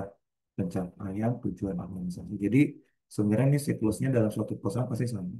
Gimana caranya kita punya tujuan visi misi, lalu kita atur bagaimana caranya mencapai tujuannya, lalu kita identifikasi resikonya, gitu kan, untuk menjaga operasionalnya sesuai jalan, sesuai standar, lalu kita audit.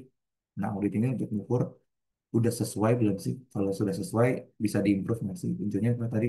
Untuk pencapaian goals. Itulah sebenarnya tadi kaitan antara manajemen risiko yang baik dan audit yang baik untuk pencapaian organisasi. Jadi IRM itu atau Enterprise Risk Management itu suatu proses yang saling berkelanjutan. Jadi nggak bisa manajemen risiko itu sebenarnya dilakukan oleh top manajemen aja. Karena dalam IRM yang baik dalam suatu organisasi, semua pegawai itu harus memiliki eh, buku resikonya masing-masing, katalog resikonya masing-masing. Jadi semuanya berhak untuk terlibat. Karena kan resiko di level direktur pasti beda dengan resiko yang ada di level staff. Lalu dari tadi kan kita udah bicara tentang identifikasi resiko. Lalu sekarang kita bicara tentang bagaimana kita melakukan penilaian resiko. Jadi risk assessment itu atau penilaian risiko itu adalah proses di mana manajemen dari level top stakeholder sampai ke middle manajemen sampai level staff bahkan auditor itu melakukan proses identifikasi itu kan, melakukan mengevaluasi kuantitas resikonya, level resikonya sampai kualitas pengendalian dari risiko tersebut. Kesimpulan itu seperti itu simpelnya. Jadi proses analisa ini juga dilakukan sebagai upaya bagaimananya dari top stakeholder sampai level bawah terus saling mengkomunikasikan, saling berdiskusi, mendokumentasikan terhadap tadi kualitas risiko, kualitas mitigasi risiko sampai tingkat risiko. Itu adalah proses dari risk assessment. Lalu tujuan dari risk assessment itu sebenarnya ada 8 ya. Jadi tujuan risk assessment itu tadi pertama dari kita meningkatkan awareness dulu terhadap berbagai risiko karena tadi ketika kita organisasi tidak membudayakan manajemen risiko, otomatis ada ada miss nih antara risiko strategis dengan risiko operasional. Karena kadang-kadang di lapangan itu yang tahu adalah levelnya entry level atau jajaran staff, direktur perlu dikasih tahu nih sebenarnya risiko yang ada di bawah itu seperti apa sih di lapangan, seperti apa. Lalu tujuan risk assessment juga lalu melindungi perusahaan secara proaktif karena untuk melindungi perusahaan itu bukan tugasnya auditor, bukan tugasnya direktur dan sebagainya. Itu secara proaktif sebenarnya sampai level entry staff juga harus proaktif untuk melindungi perusahaan. Risk assessment juga tujuannya tadi untuk menentukan manajemen risiko yang baik dari proses identifikasi, evaluasi sampai penentuan prioritas. Lalu mendukung juga pengambilan keputusan karena kita udah tahu resikonya apa aja, dampaknya seperti apa, skala prioritasnya seperti apa, kita bisa menentukan sebenarnya rencana mitigasi atau penilaian resikonya itu skala prioritasnya yang mana sih. Kayak contoh tadi Mbak Saida lagi yang hujan gitu kan, apakah karena hujan prioritasnya Mbak Saida apakah beli mobil, apakah pakai ojek taksi online, apakah cukup payung, apakah jas hujan, itu terus kan pengambilan keputusannya. Nah itu perlu skala prioritas juga. Lalu tujuan risk assessment juga membantu auditor untuk mengontrol atau mengevaluasi terhadap resiko-resiko organisasi yang ada.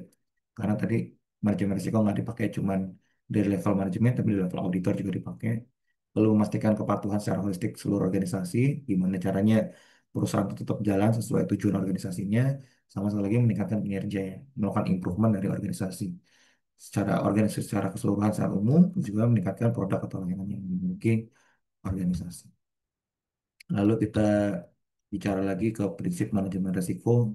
Ini cukup textbook ya, ini ada 8 ya sebenarnya dalam IRM. Jadi dalam manajemen risiko itu ada 8 prinsip manajemen risiko. Yang pertama tentang bagaimana manajemen risiko itu mengintegrasikan seluruh proses pengambilan keputusan. Jadi manajemen risiko itu harus menjadi bagian integral gitu dari hulu sampai ke hilir, dari top manajemen sampai entry level dari proses pengambilan keputusan di semua level organisasi. Ini memastikan bahwa risiko itu mampu dievaluasi dan dipertimbangkan dalam setiap keputusan yang strategis. Lalu kedua, prinsip manajemen risiko itu adalah gimana caranya pendekatannya terstruktur dan terukur. proses manajemen risiko harus dilakukan secara sistematis dan terukur dengan menggunakan metode yang konsisten. Nah, karena dalam melakukan analisa risiko itu ada beberapa metode dan risikonya harus konsisten. Karena nanti akan berpengaruh juga ke risk appetite gitu, dalam proses identifikasi, analisa, dan pengelolaan risiko. Lalu prinsip manajemen risiko yang ketiga adalah keterlibatan seluruh stakeholder. Ini bagaimana tadi semua pemangku kepentingan, manajemen, karyawan, pihak eksternal itu harus diidentifikasi semua risikonya. Lalu juga difokus pada nilai dan peluang. Ini manajemen risiko tadi prinsipnya kita nggak cuma bicara tentang risiko negatif, kita juga bisa bicara tentang risiko positif karena kadang-kadang organisasi itu hanya mengukur risiko negatif tentang kerugian atau potensi risiko negatif, tapi tidak juga mengukur dari strength dan opportunity yang ada untuk sebenarnya dampak improvementnya itu ada apa sih dari risiko positif. Lalu selanjutnya prinsip yang kelima itu tentang peningkatan yang berkelanjutan ya. Bagaimana caranya manajemen risiko itu dapat bersifat dinamis dan terus diperbaiki. Jadi manajemen risiko nggak cuma sekali identifikasi, kita ukur, lalu kita buat rencana mitigasi. Manajemen risiko bisa juga kita evaluasi dan lalu kita tambah mitigasinya. Dan nanti ketika ketika mengevaluasi suatu mitigasi risiko yang sudah dilakukan, kan nanti ada gap ya. Ketika kita melakukan A, ini mengurangi nilai risikonya berapa persen. Kita melakukan B, mengurangi berapa.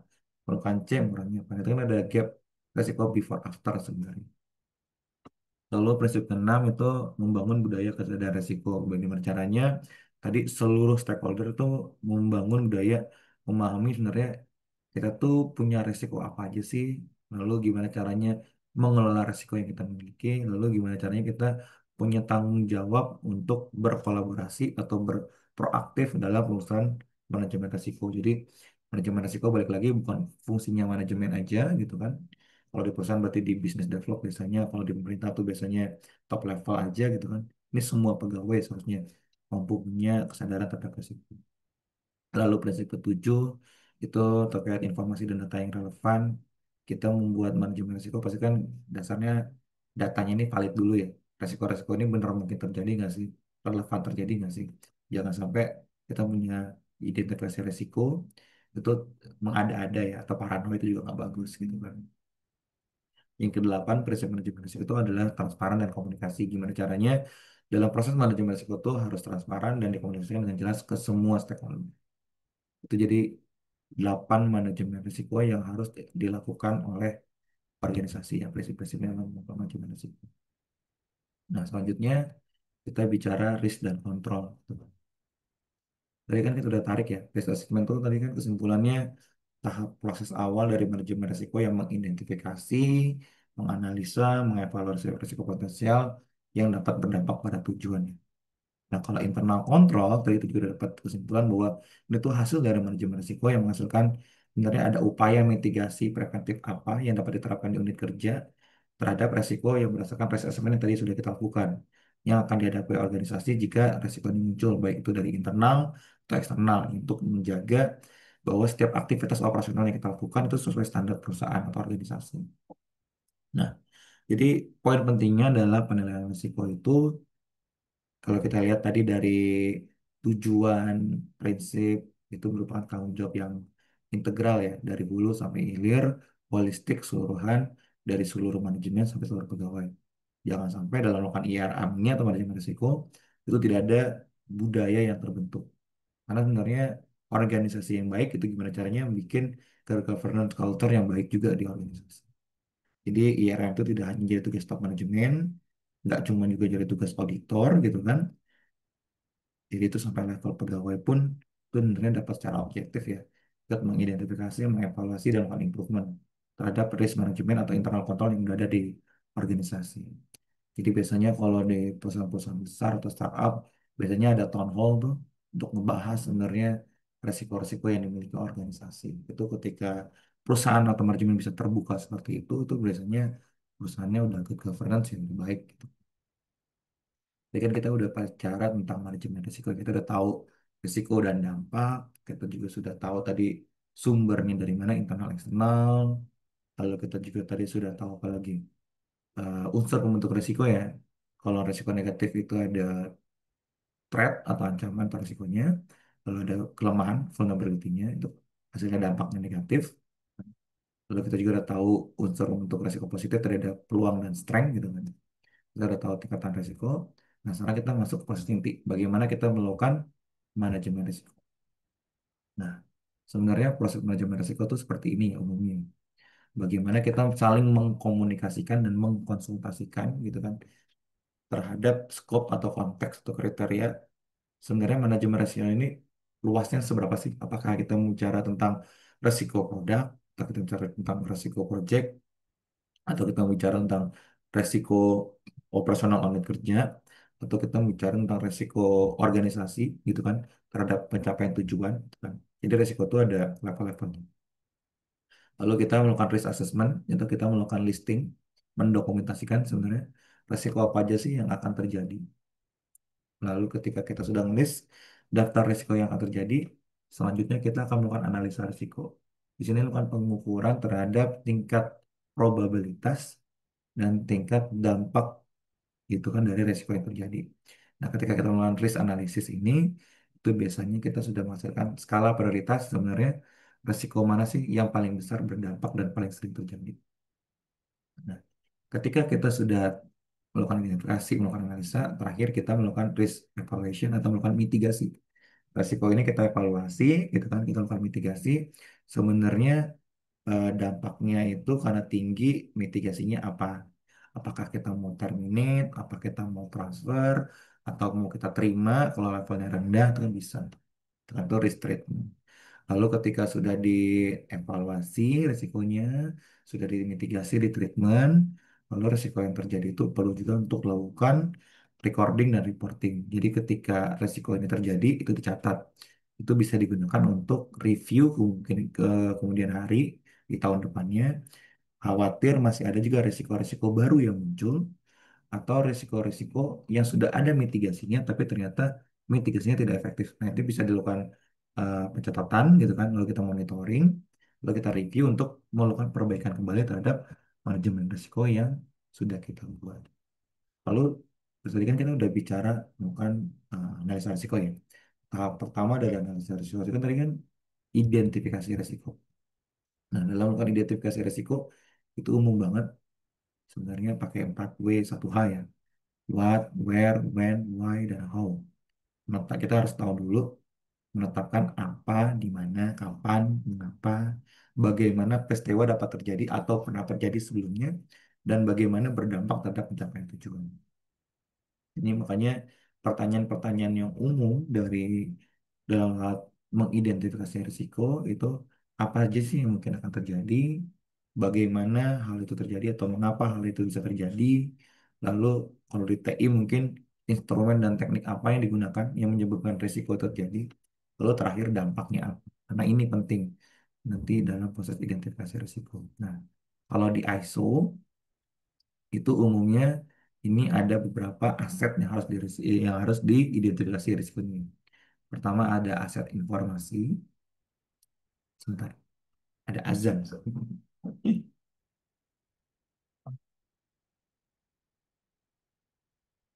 Maaf, ada alarm. Ya. Yang pertama ini ada aset informasi. Ini biasanya data yang ada dimiliki di sistem kita atau di perusahaan kita. Ini termasuk aset yang harus kita jaga.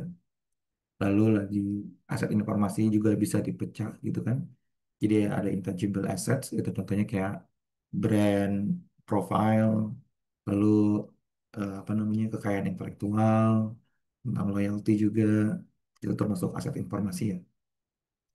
Lalu ada aset people atau SDM, ini ada SDM internal kita, employees, ada juga yang sifatnya kontraktor, pihak ketiga, vendor, atau juga ada sifatnya anak magang, intern, atau freelancer gitu kan.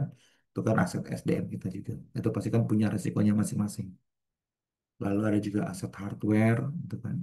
Aset hardware itu ada banyak ya. Ada server, ada perangkat jaringan, ada laptop, lalu ada banyak lah kalau di itu ada perangkat iOS, ada mobile platform yang terkoneksi ke jaringan tuh bang. Lalu kalau software, ini terus pecah jadi dua ya, ada software yang digunakan untuk proses TI-nya itu sendiri, gitu kan, internal software-nya, lalu ada juga services yang biasanya digunakan untuk eksternal penggunanya, entah itu email atau aplikasi-aplikasi yang digunakan, gitu kan. Lalu ada terakhir ada physical aset, contohnya kayak gedung, lalu gudang, lalu lift, apa itu physical asset. Nah, kalau di ini secara ISO ya. Lalu ini kita bicara juga berikutnya terkait manajemen risiko yang ada di pemerintah. Kalau manajemen risiko di pemerintah tuh sama ya. Konteksnya dalam melakukan manajemen risiko itu pasti kan dari identifikasi risiko, melakukan analisa risiko, sampai nanti evaluasi risiko. Konteksnya sama. Cuma mungkin yang berbeda di pemerintah gitu kan. Di pemerintah itu kita bicara risikonya beda tadi. Kalau di ISO itu cuma ada 5 biasanya. Aset informasi gitu kan. Entah data internal atau hak kekayaan intelektual, aset SDM, hardware, software itu software yang digunakan untuk proses internal TI atau layanan, terakhir fisikal. Cuma ada 5 aset. Nah, kalau di pemerintah atau di tata kelola SPBE itu resiko itu ada banyak. Resikonya itu ada resiko strategik, rencana induknya dulu. Lalu planningnya tadi, arsitektur, ada peta rencana, ada proses bisnis, rencana dan anggaran, inovasi, kepatuhan, pengadaan, pengembangan aplikasi ini bawahnya udah sama ya kayak ISO ya. Ada tentang ISO, tentang sistem, tentang data, infrastruktur, keamanan, layanan, SDM, dan bencana. Dan area dampak resikonya juga cukup banyak nih. Ada resiko finansial, resiko reputasi, kinerja, layanan atau aplikasinya, operasional aset TIK, hukum dan regulasi, dan SDM. Ini hampir juga sama dengan sumber-sumber risiko tadi yang sudah kita jelasin juga, entah itu sumber risiko internal atau eksternal. Nah, selanjutnya bagaimana cara kita untuk melakukan pengumpulan atau mengidentifikasi risiko ya. Pada umumnya, dalam kita menentukan identifikasi risiko, kita harus lihat dulu nih, risiko ini lingkupnya, subjeknya apakah untuk proyek, produk layanan, organisasi, suatu unit bisnis gitu kan. Itu kita harus tahu subjeknya dulu. Nah, ketika kita udah tahu subjeknya itu untuk siapa gitu kan, kita harus tahu juga ini resikonya resikonya sifatnya apa nih? Operasional kah, strategik kah, gitu kan, atau taktikal kah, gitu kan. Ketika kita udah tahu subjeknya apa, jenisnya apa, biasanya kita jadi tahu nih. Kalau levelnya strategik, otomatis kan pemilik resikonya biasanya top level organisasi gitu. Kalau resiko yang untuk operasional gitu atau proyek, kan biasanya resikonya ada di suatu unit kerja atau individu gitu. Lalu ketika kita udah tahu subjeknya, jenisnya apa, pemiliknya siapa, kita juga tahu nanti dari luas resiko ini dampaknya gimana, apakah dapat mempengaruhi seluruh organisasi atau hanya sebagian. Itu bagaimana kita melakukan penentuan resiko. Lalu teknik identifikasi resiko juga ini ada banyak. Atau yang melakukan identifikasi resiko penting untuk melakukan komunikasi dan konsultasi. Komunikasi dan konsultasi yang dilakukan tuh contohnya ada banyak. Bisa FGD ya, forum group discussion, juga brainstorming internal, observasi langsung, dan juga bisa mengkaji dokumen-dokumen pencatatan risiko yang sudah lampau atau dokumen internal kontrol yang lampau. Itu juga bisa wawancara langsung atau manajemen ke setiap pegawai. Bisa juga menyebarkan kuesioner gitu kan. Atau kemarin yang sudah dilakukan oleh rekan-rekan setiap pegawai bisa menganalisa analisa SWOT gitu kan, menggunakan instrumen IFAS, EFAS, sama Five Quarter Force gitu kan, itu SWOT analisis. Atau juga bisa melakukan analisa PESTEL ya. Analisa PESTEL itu dari political, economical, sosial, teknologi, environmental, dan legal. Ini PESTEL itu biasanya kerangka kerja yang digunakan untuk menganalisa faktor-faktor yang sifatnya makro, biasanya untuk resiko-resiko yang sifatnya strategik. Ya, selanjutnya ini adalah salah satu bentuk dari formulir identifikasi risiko. Kalau rekan-rekan yang kemarin sudah ikut mata kuliah audit mungkin sudah tidak asing ya. Ini kemarin bagaimana kita melakukan pendokumentasian pencatatan terhadap resiko-resiko yang terjadi.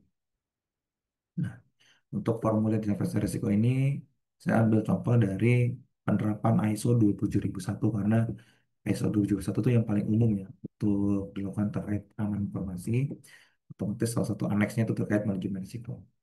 Ini paling sering dipakai gitu kan. Kita harus pilih dulu asetnya gitu kan, ruang lingkupnya. Ini asetnya untuk aset informasi, software, hardware, SDM atau physical. Ketika kita tidak udah tahu asetnya itu apa, kita harus tahu aset ini ada di proses operasional bisnis apa. Gitu. Kalau di sini saya tulis contohnya untuk proses bisnis operasional data center ya. Ketika kita sudah tahu tadi untuk proses bisnis apa gitu kan. Aset ini dipegang oleh siapa gitu kan. Pemilik resikonya siapa. Kalau data center pasti tim NOC ya atau tim data center sendiri. Nah, lalu kita ukur eh, kelemahannya apa aja. Karena tadi unsur pembentuk resiko kan ada tiga, vulnerability, kelemahan, lalu ada threat, lalu ada impact. Vulnerability-nya apa? Contoh kayak di hardware server deh, itu pemadaman listrik. Otomatis kan ketika ada kelemahan pemadaman listrik, threat-nya hilangnya pasokan listrik. Ketika hilangnya pasokan listrik, otomatis kan hardware tidak bisa berjalan, sistem juga tidak bisa berjalan. Contoh, lalu berikutnya lagi yang lain, ini ada juga identifikasi risiko untuk sarana pendukung atau hardware, ya, hardware namanya physical. Contohnya tersedianya APAR di ruang data center, resikonya apa? Kalau kurangnya optimalnya pemeriksaan dan pemeliharaan terhadap APAR secara berkala, itu kan kelemahan ya. APARnya nggak dicek expirednya kapan. Resikonya apa? APARnya tidak berfungsi. Ketika APAR tidak berfungsi, ketika ada kebakaran, dampaknya apa? Yaitu kebakaran tidak dapat dicegah ya atau ditanggulangi. Ini contoh. Contoh berikutnya contoh kayak physical juga ada CCTV. Atau tadi kayak kehilangan. Ketika si CCTV ini ada kelemahan tidak dilakukan monitoring terkait resource-nya gitu kan. Sudah melampaui batas resource atau belum gitu kan. CCTV-nya ada kerusakan apa enggak. Nah, itu juga salah satu bentuk ancaman yang terjadi ya. Ketika CCTV-nya sudah melampaui batas, lalu ada kerusakan, otomatis kan dampaknya dapat mengganggu pengawasan aset dari perusahaan dan organisasi. Ini nanti formulirnya bisa rekan-rekan download gitu kan. Jadi nanti kalau organisasinya mau menerapkan ISO 20001, ini formatnya sudah ada gitu. Lalu ketika kita sudah melakukan identifikasi risiko dan analisa risiko tadi, proses analisa risikonya berikutnya adalah kita melakukan asesmen. Asesmen risiko itu cukup mudah ya. Itu ada level risiko ya. Level risiko itu biasanya tingkat risiko atau risk value yang sumbernya itu dikali dari hasil perkalian tingkat kemungkinan kejadian atau probability atau likelihood. Itu bisa dikenal dari probability atau likelihood, itu tingkat seberapa mungkin ini terjadi dikalikan dengan impact atau severity tentang seberapa besar dampaknya terjadi. Ya.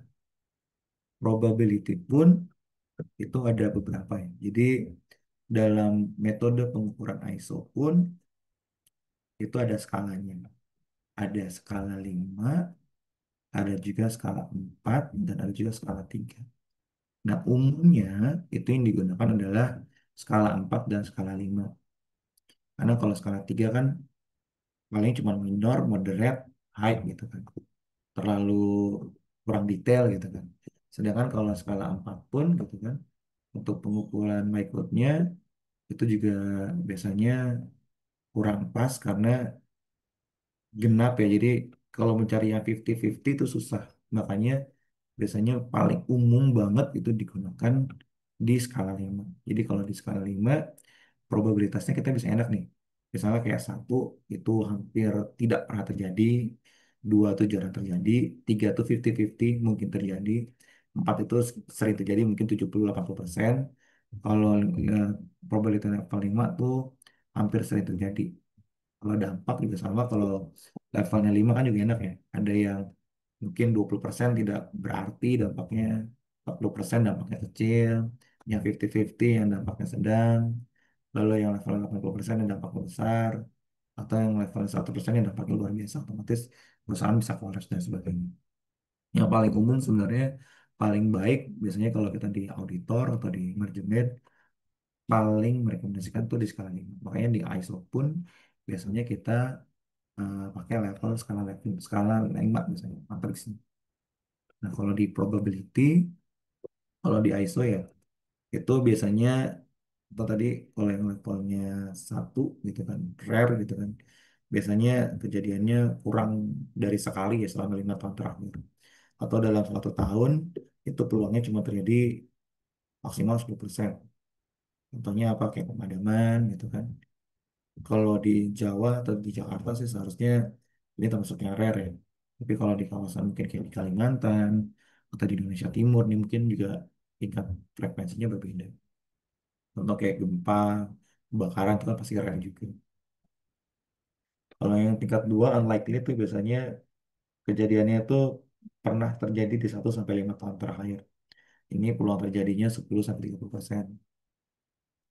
Lalu tingkat 3 biasanya possible, ini 1 sampai 6 kali setahun. Lalu peluang terjadinya 30 sampai 50%. Ada likely level 4 yang resiko terjadinya 1 kali dalam setiap bulan atau 50 sampai 70% dalam setahun. Lalu yang tingkat 5 almost certain sering terjadi ya. Misalnya resikonya kayak sepekan terjadi minimal sekali, peluang terjadinya 70% dalam setahun. Nah, ini kan berbeda-beda ya. Ada yang formatnya ISO, ada formatnya Menpan yang dipakai pemerintah kita. Nah, ini makanya penentuannya dari si top manajemen. Untuk mengukur level resiko ini pun dari skala probabilitas ini nggak baku sebenarnya. Tapi ini pedoman yang ISO ini. Umumnya bentuknya seperti ini. Tapi kalau dari manajemen biasanya punya pengukuran lain tuh bisa disesuaikan, nggak harus bentuknya kaku seperti ini. Karena kan setiap organisasi bentuknya beda. Lalu berikutnya tadi ketika udah tahu probability, kita bicara impact. Impact tadi ada banyak yang ada impact operasional, strategik, finansial, hukum, reputasi, lingkungan dan sebagainya. Ini dampaknya ada yang dampaknya minor, moderate, major, catastrophic.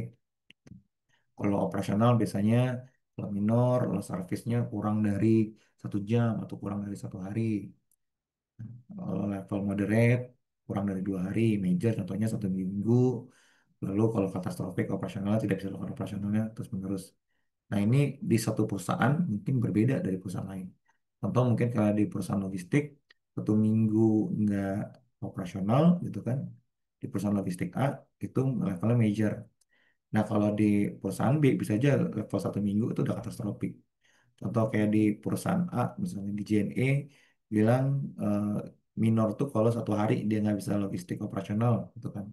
Itu minor. Tapi bisa juga di level logistik yang lain, 1 menit pun atau 1 jam pun itu bisa major. Makanya itu pengukuran probability dan impact itu sebenarnya nggak baku, tapi ada acuannya dari ISO. Lalu contohnya yang ini juga yang dari ISO. Kalau dari ISO tuh sebenarnya nggak terlalu banyak ya, dia cuma 3 yang penting. Gangguan operasional, downtime, layanan TI, services, sama finansial. Ini ada 5 level kalau di ISO. Kalau finansial, contohnya kerugian kurang dari 10 juta, itu termasuk yang signifikan level 1. Low itu yang 10 sampai 50 juta, medium itu kerugian 50 sampai 100 juta, high itu 100 sampai 250, critical tuh lebih dari 250. Nah, ini biasanya ada di ISO. Tapi kalau kita mau adjustment lagi, tingkatan resikonya, impact-nya, nah ini bisa juga gitu.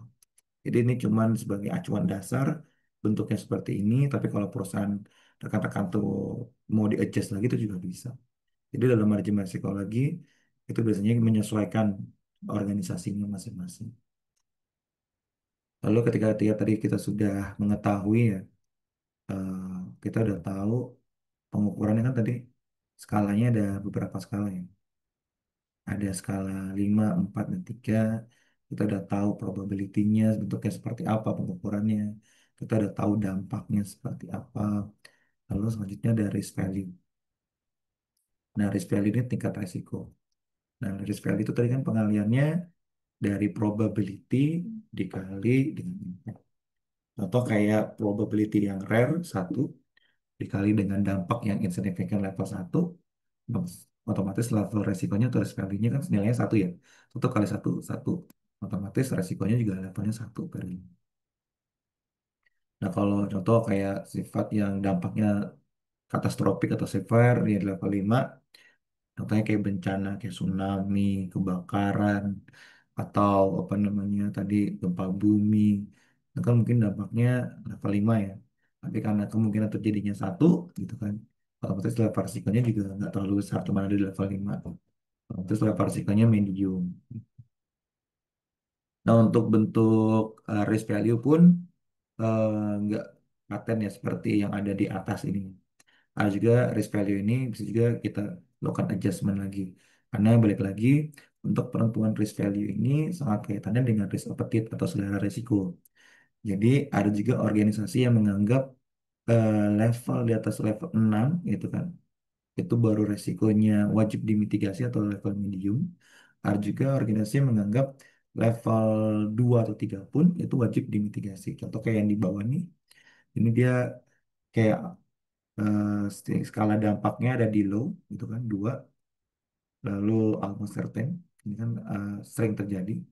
Berarti kan 2 kali 5 10 ya. Tapi dia dianggapnya masih di medium. Mungkin kalau di instansi lain 2 kali 5 itu bisa di high gitu kan kayak yang di atas.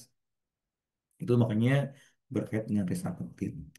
Nah, risk value ini, apa sih risk appetite? Tadi yang sudah dijelasin ya risk appetite. Risk appetite itu adalah selera resiko. Nah, risk appetite ini yang jadi tentuan sebenarnya resiko yang di level berapa sih yang jadi skala prioritas untuk dimitigasi. Kalau organisasi kita biasanya agak sensitif kayak level perbankan, lalu e-commerce mungkin, pasti risk appetite-nya dia tinggi banget. Selera resiko di atas 6 pun biasanya wajib dimitigasi. Tapi kalau di ISO sendiri, itu biasanya standarnya 6 lah. Ketika dia di standar 6, itu biasanya yang wajib dimitigasi. Kalau di bawah 6, itu bisa cukup diterima, gitu, ditoleransi. Tuh, jadi resiko itu penting banget dari si top manajemen. Selera resikonya ada di level berapa nih? Selera resiko mana aja yang wajib dimitigasi, ada juga mana aja resiko yang wajib diterima, atau mana aja resiko yang wajib ditransfer, karena risk appetite ini akan berpengaruh ke tadi ke apa namanya tingkat bagaimana suatu organisasi itu melakukan strategi pengelolaan resiko. Jadi tadi kita pertama kita udah ukur tingkat probability-nya, tingkat kemungkinan terjadinya. Kita udah ukur juga tadi tingkat dampaknya. Kita udah tahu nilai resikonya. Dari nilai resiko itu kita bikin selera kita. Selera kita tuh seberapa sensitif kita terhadap resiko. Ketika kita sudah menentukan risk appetite, nah ini nanti jadi ke mitigasi resikonya. Dari risk appetite ini mana sih yang wajib prioritas? Otomatis kan yang risk value-nya paling tinggi itu kan itu yang wajib segera dimitigasi. Dan dalam pengelolaan resiko pun itu dalam mitigasi resiko tuh ada banyak ya, nggak semua resiko tuh wajib dimitigasi. Makanya di sini istilahnya ada yang diterima, ada yang dimitigasi, dan dimitigasi pun itu sebenarnya ada banyak. Nah, jadi ada beberapa strategi dalam pengelolaan resiko ya. Ada yang caranya benar-benar determinate, benar-benar caranya mitigasi ini mampu menghilangkan resiko. Contohnya apa? Contohnya kayak kita membangun sistem yang tidak terpengaruh dengan teknologi supplier atau vendor, gitu kan. Misalnya resikonya simpelnya gini, si perusahaan distribusi tadi, gitu kan, kan dia punya eh, sistem logistik untuk mengukur tingkat apa namanya tracking antara paket yang satu dengan yang lain, itu kan rutenya ada di mana. Nah, itu kan menggunakan teknologi informasi. Gimana caranya kita punya sistem distribusi yang tidak terpengaruh terhadap teknologi. Otomatis dia harus punya ada sistem online dan harus ada juga sistem offline yang bisa jadi internal kontrol dia. Ketika ada fail di resiko teknologi, dia bisa beralih juga ke sistem yang manual lagi. Itu sifatnya menghilangkan resiko. Contoh kayak Mbak Saida tadi, contohnya kayak kehujanan. Dia kan takut tidak sampai ke lokasi ya. Itu kan eh, dalam menghilangkan resiko kehujanan bisa pakai payung, bisa juga pakai jas hujan, bisa juga pakai mobil sendiri, atau apa namanya taksi gitu kan atau taksi online. Nah, kalau kita mau menghilangkan resiko dari kehujanan, ya paling aman ya tadi pakai taksi online gitu kan. Lalu juga sifatnya mengurangi resiko cuma treatment doang. Contohnya tadi ada jas hujan atau payung, gitu kan. Atau kita mau transfer resiko. Itu contohnya kayak temen yang tadinya Mbak Saida yang harus ke Mas Aji, ini Mas Aji yang disuruh ke rumahnya ke transfer resiko. Bisa juga yang toleransi resiko, paling amannya kayak Mbak Saida, ya udah hujan, ya udah saya basah-basahan aja nggak apa-apa. Itu resiko yang ditoleransi. Itu sih yang paling umum. Kalau di TI ya banyak ya. Contoh paling umum misalnya kalau website gitu ya. Nah, website ini kan beda-beda ya. Ada website yang dipakai untuk aplikasi operasional suatu organisasi, ada juga cuma website yang cuma jadi portal terkait organisasi aja ya untuk menyebarkan informasi terkait organisasi. Otomatis kan tingkat dampaknya kalau website ini kena hack kan beda-beda. Kalau yang operasional pasti dampaknya tinggi, kalau yang web portal pasti dampaknya rendah gitu kan. Nah, pasti kan tingkat pengelolaan resikonya beda-beda. Ketika yang aplikasi ini kan pasti kebanyakan fokus terkait gimana caranya untuk men-terminate resiko atau men-treatment resiko atau ditransfer resiko. Nah, kalau yang cuma website portal biasanya ya udah sih websitenya down sehari pun nggak masalah. Nanti bisa dilakukan mitigasi berikutnya. Gitu kan. Itu kan beda-beda. Itu dalam organisasi pasti beda-beda masing-masing. Lalu penanggung jawab resiko itu juga bisa diukur berdasarkan level resikonya. Biasanya kalau yang levelnya rendah, level 1 sampai 3 itu dapat diterima. Itu biasanya yang bertanggung jawab ya cuman manajer operasional atau para pegawai sendiri. Nah, kalau level 4 sampai 6 karena udah cukup tinggi, yang wajib dimitigasi. Ini juga biasanya bisa high levelnya bisa supervisornya atau manajernya, middle management yang bisa memantau atau mengendalikan resiko yang ada di unit kerjanya aja. Nah, kalau level 6 sampai 9 ini udah cukup tinggi sekali level risikonya.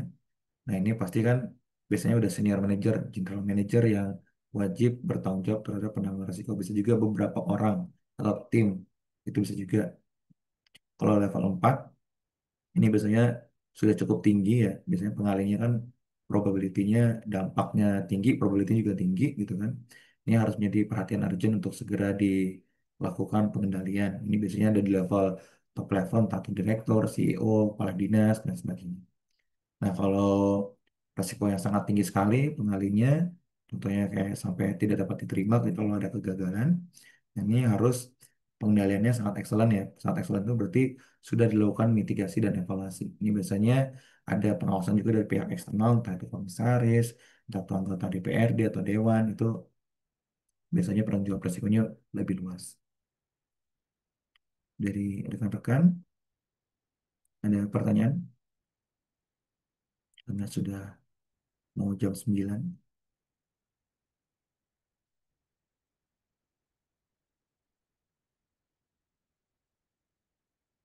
Oke. Jika tidak ada pertanyaan, mungkin tadi sedikit saya review ya. Jadi dalam pertemuan hari ini tadi kita sudah membahas tentang definisi risiko itu sendiri apa, definisi risk assessment itu apa, hubungan antara melakukan manajemen risiko, lalu pencapaian tujuan organisasi, melalui internal control dan audit, lalu proses melakukan risk assessment ya dari identifikasi risiko, lalu bagaimana kita melakukan analisa risiko tadi risk assessment. Dari risk assessment itu kita lakukan identifikasi, analisa, pengalian level risiko, probability dikali impact gitu kan. Lalu kita melakukan selera risk appetite. Kita sudah tahu risk appetite kita. eh, Kita bisa menentukan mana risiko yang penanggulangannya mau kita terima, mau kita toleransi, atau mau kita transfer, gitu kan. Atau mau kita apa namanya treatment cuma dikurangin. Kita juga tadi udah tahu sebenarnya secara umum penanggung jawab risiko itu siapa aja. Bisa juga berdasarkan level risiko. Dan jika tidak ada pertanyaan, mungkin ini ada sedikit tugas gitu kan. Tugasnya mungkin tidak sulit. Dari format tadi yang sudah saya buatkan ada formulir risk assessment. Nah, rekan-rekan saya bebaskan untuk tugas ini. Ini melakukan risk assessment pada perusahaan masing-masing, di instansi masing-masing, atau di universitas gitu kan. Kalau yang mungkin belum bekerja ya, jadi bisa di resiko yang ada di TTS lah ya. Bisa resiko dari TTS sendiri atau resiko dari mahasiswa. Lalu skopnya tuh bisa dipilih sendiri, mau tuh unitnya, produknya, atau layanan tertentu saja, atau seluruh organisasi secara keseluruhan, itu nggak boleh gitu kan, nggak masalah. Cuma saya mungkin menyarankan cukup unit, produk, atau layanan aja ya. Karena kalau seluruh organisasi itu pasti banyak, dari identifikasinya banyak, asetnya banyak, lalu dampaknya juga banyak. Jadi cukup produk atau layanan aja, biar rekan-rekan bisa fokus dan nangkep konteks dari proses risk assessment tadi. Lalu aku tadi udah melakukan penghitungan scope, saya minta rekan-rekan untuk melakukan identifikasi risiko dari aset teknologi informasi yang ada, dari produk, layanan, atau unit yang tadi sudah dipilih, jelasin resikonya yang dapat terjadi di proses bisnis apa, ada di operasional apa, gitu kan. Lalu pemiliknya siapa, lalu ketika sudah tahu resikonya itu vulnerability-nya terjadi dari apa, treatment-nya apa, threat-nya apa, lalu dampaknya apa, serta kaitannya terhadap CIA tadi. Nah, ketika sudah tahu tadi resikonya, identifikasi resikonya apa, saya minta rekan-rekan untuk melakukan risk assessment dari standar probability, impact, dan level resiko yang udah ada. Nah, nanti di formulir yang saya sudah bagikan, di formulir ISO 221 itu udah ada risk kriteria atau risk alternatif yang sudah ditentukan, yang sudah ada. Jadi teman-teman nggak perlu bikin kriteria sendiri untuk probability itu tingkatnya berapa sering, impactnya level seberapa, lalu risk appetite yang harus dimitigasi di level berapa, itu nggak perlu melakukan penyesuaian sendiri karena udah ada di format, tinggal diukur aja, tinggal dimasukin levelnya 1 sampai 5. Di risk assessment ini kita pakai sesuai format ISO, jadi untuk menggunakan matriks 5 kali 5. Lalu ketika teman-teman sudah membuat tadi identifikasi dan analisa risiko, saya minta untuk rekan membuat rencana mitigasi dari penanganan risiko yang sudah ada. Nah, untuk rules tugas ini, seperti tugas kemarin, saya harapkan ini bisa dikerjakan secara individu atau kelompok, tapi saya rekomendasikan sebenarnya untuk kelompok, karena tadi konteks dalam mengidentifikasi risiko itu paling enak dilakukan secara diskusi ya. Karena tiap orang pasti POV-nya beda-beda, tingkat kritisnya juga pasti beda-beda. Nah, penting dari surat tadi, saat identifikasi, analisa sampai mitigasi risiko, itu menggunakan pendapat rekan-rekan sendiri gitu kan. Sebenarnya rekan-rekan itu saya tidak larang menggunakan AI, tapi penting untuk melakukan parafrase atau menggunakan eh, penggunaan kata-kata sendiri gitu kan, dari pemahaman sendiri. Karena kan kalau AI itu kalau kita bikin promptnya salah, otomatis hasilnya juga salah. Kan. Nah, walaupun tugasnya dilakukan misalnya secara kelompok, saya harapkan pengumpulan di LMS-nya tetap dilakukan secara individu masing-masing. Jadi diupload secara masing-masing. Beda dari LMS yang dulu pakai Moodle, gitu kan. Jadi kita bisa di tag tugas ini untuk siapa siapa siapa, bisa kita komen. Nah, kalau di sini pluginnya memang harus tetap diupload masing-masing. Untuk nanti AI-nya juga, rekan-rekan saya juga tidak batasi untuk penggunaan AI, tapi dilakukan parafrase. Karena nanti juga saya pakai anti-GPT untuk ngecek bahwa pekerjaan ini originalitasnya murni dari rekan-rekan atau menggunakan AI pure gitu kan. Lalu tugasnya tadi saya setting di LMS dikumpulkan 1 minggu setelah UTS. Karena kemarin kita UTS sampai tanggal 23 Mei, untuk tugas ini saya setting sampai tanggal 1 Juni. Nah, kan ini kan pertemuan 7. UTS kita udah pertemuan 8. Pertemuan 9 itu nanti ada di tanggal 2 Juni. Jadi tugasnya nanti dikumpulkan maksimal di tanggal 1 Juni pukul 23.59. Untuk format sudah saya berikan di sini. Rekan-rekan bisa lihat di sini risk assessment ini, sebentar saya buka spreadsheetnya.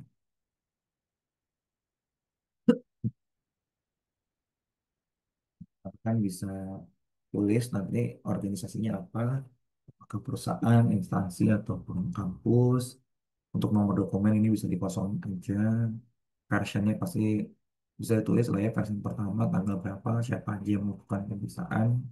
Ini bisa dikosongin aja, misalkan. Lalu ini dari register, ini ada aset informasi, software, infrastruktur, sarana hardware fisikal atau penunjang, sama aset SDM. Tadi sudah saya jelasin, dari asetnya itu apa aja, informasi misalnya informasi UKM virtual, database dan sebagainya, software berarti sistemnya, entah itu software OS-nya, atau aplikasinya, atau servicesnya, atau development tool-nya. Kalau di hardware berarti ada aset server, storage, perangkat jaringan, dan sebagainya. Kalau di sarana pendukung atau area sensitif itu ada ruangan, misalnya APAR tadi, lalu door lock, dan sebagainya. Nah, kalau di SDM itu biasanya dukungan SDM internal ya, sama pihak ketiga atau vendor bisa dimasukkan. Proses bisnis berarti bebas, misalnya kayak produknya Tokopedia atau YouTube misalnya. Nanti kan ada di proses streaming atau apa gitu kan. Ini di bagian mana. Paling enak sih emang dari test case di perusahaan atau instansi masing-masing atau di kampusnya masing-masing.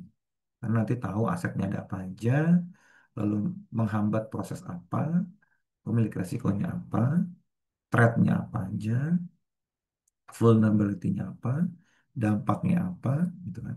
Sampai nanti tugas akhirnya adalah kita tahu nih kategori resikonya. Ini dampaknya ini dapat berdampak ke CIA apa, confidentiality, integrity atau availability. Lalu di sini kita bisa ukur probabilitasnya. Probabilitasnya itu ada di level rare, unlikely, possible, likely atau misalnya. Di sini ada risk kriteria ini.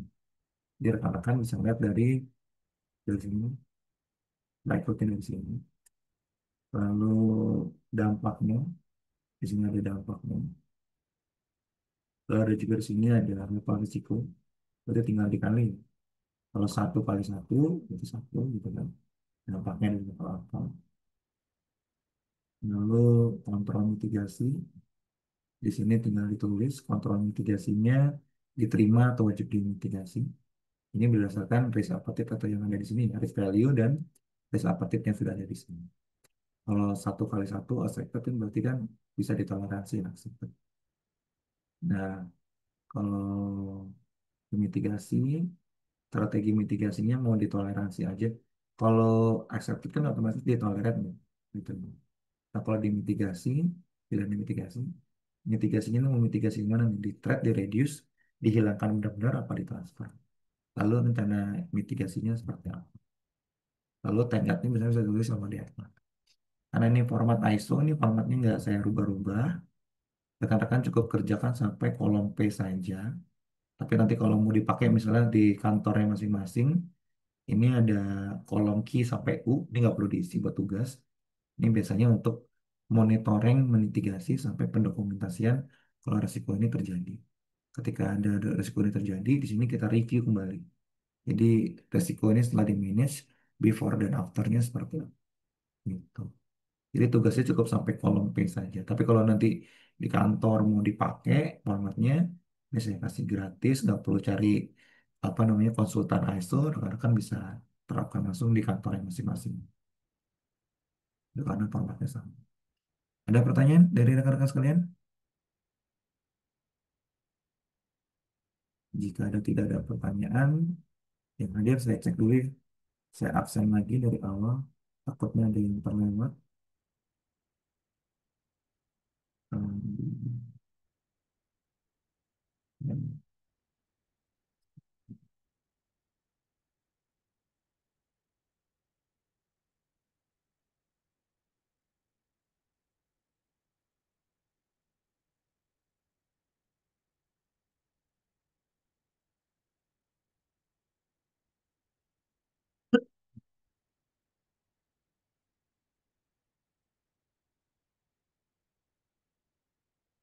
Nuriani hadir ya?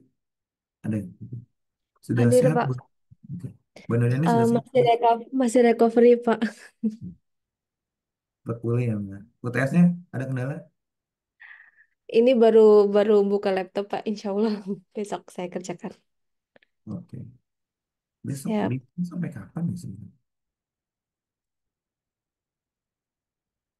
Bukannya minggu ini ya terakhir ya? Jumat ya, Bapak kasih waktu sampai Jumat kalau nggak salah. Oh iya, iya benar ya. Coba cek lagi, saya lupa. Cuma Siapa? benar ya. Oh iya benar. UTS kemarin, jika rekan-rekan ada yang belum mengumpulkan, silakan dikumpulkan. Kemarin ada Mbak Nurani yang sakit ya. Sama ada Mas Handoko di sini nggak hadir juga ya. Handoko. Sisanya sih udah ngumpulin semua. Udah Mbak Nurani. Silakan dikerjakan Mbak Nurani. Sampai sisa Siapa, satu Mas? Jumat ya. Sisanya. Mungkin ada pertanyaan dari rekan-rekan sekalian? Cukup? Jika cukup, karena waktu juga sudah malam, mungkin rekan-rekan juga sudah lelah aktivitas harian, ada yang bekerja, tadi Mas Aji masih di perjalanan, Mbak Nuriani juga masih proses recovery ya pasca sakit kemarin. Mungkin saya udahi pertemuan kali ini. Jika ada kesalahan kata, mohon maaf. Wabillahi taufiq wal hidayah. Wassalamualaikum.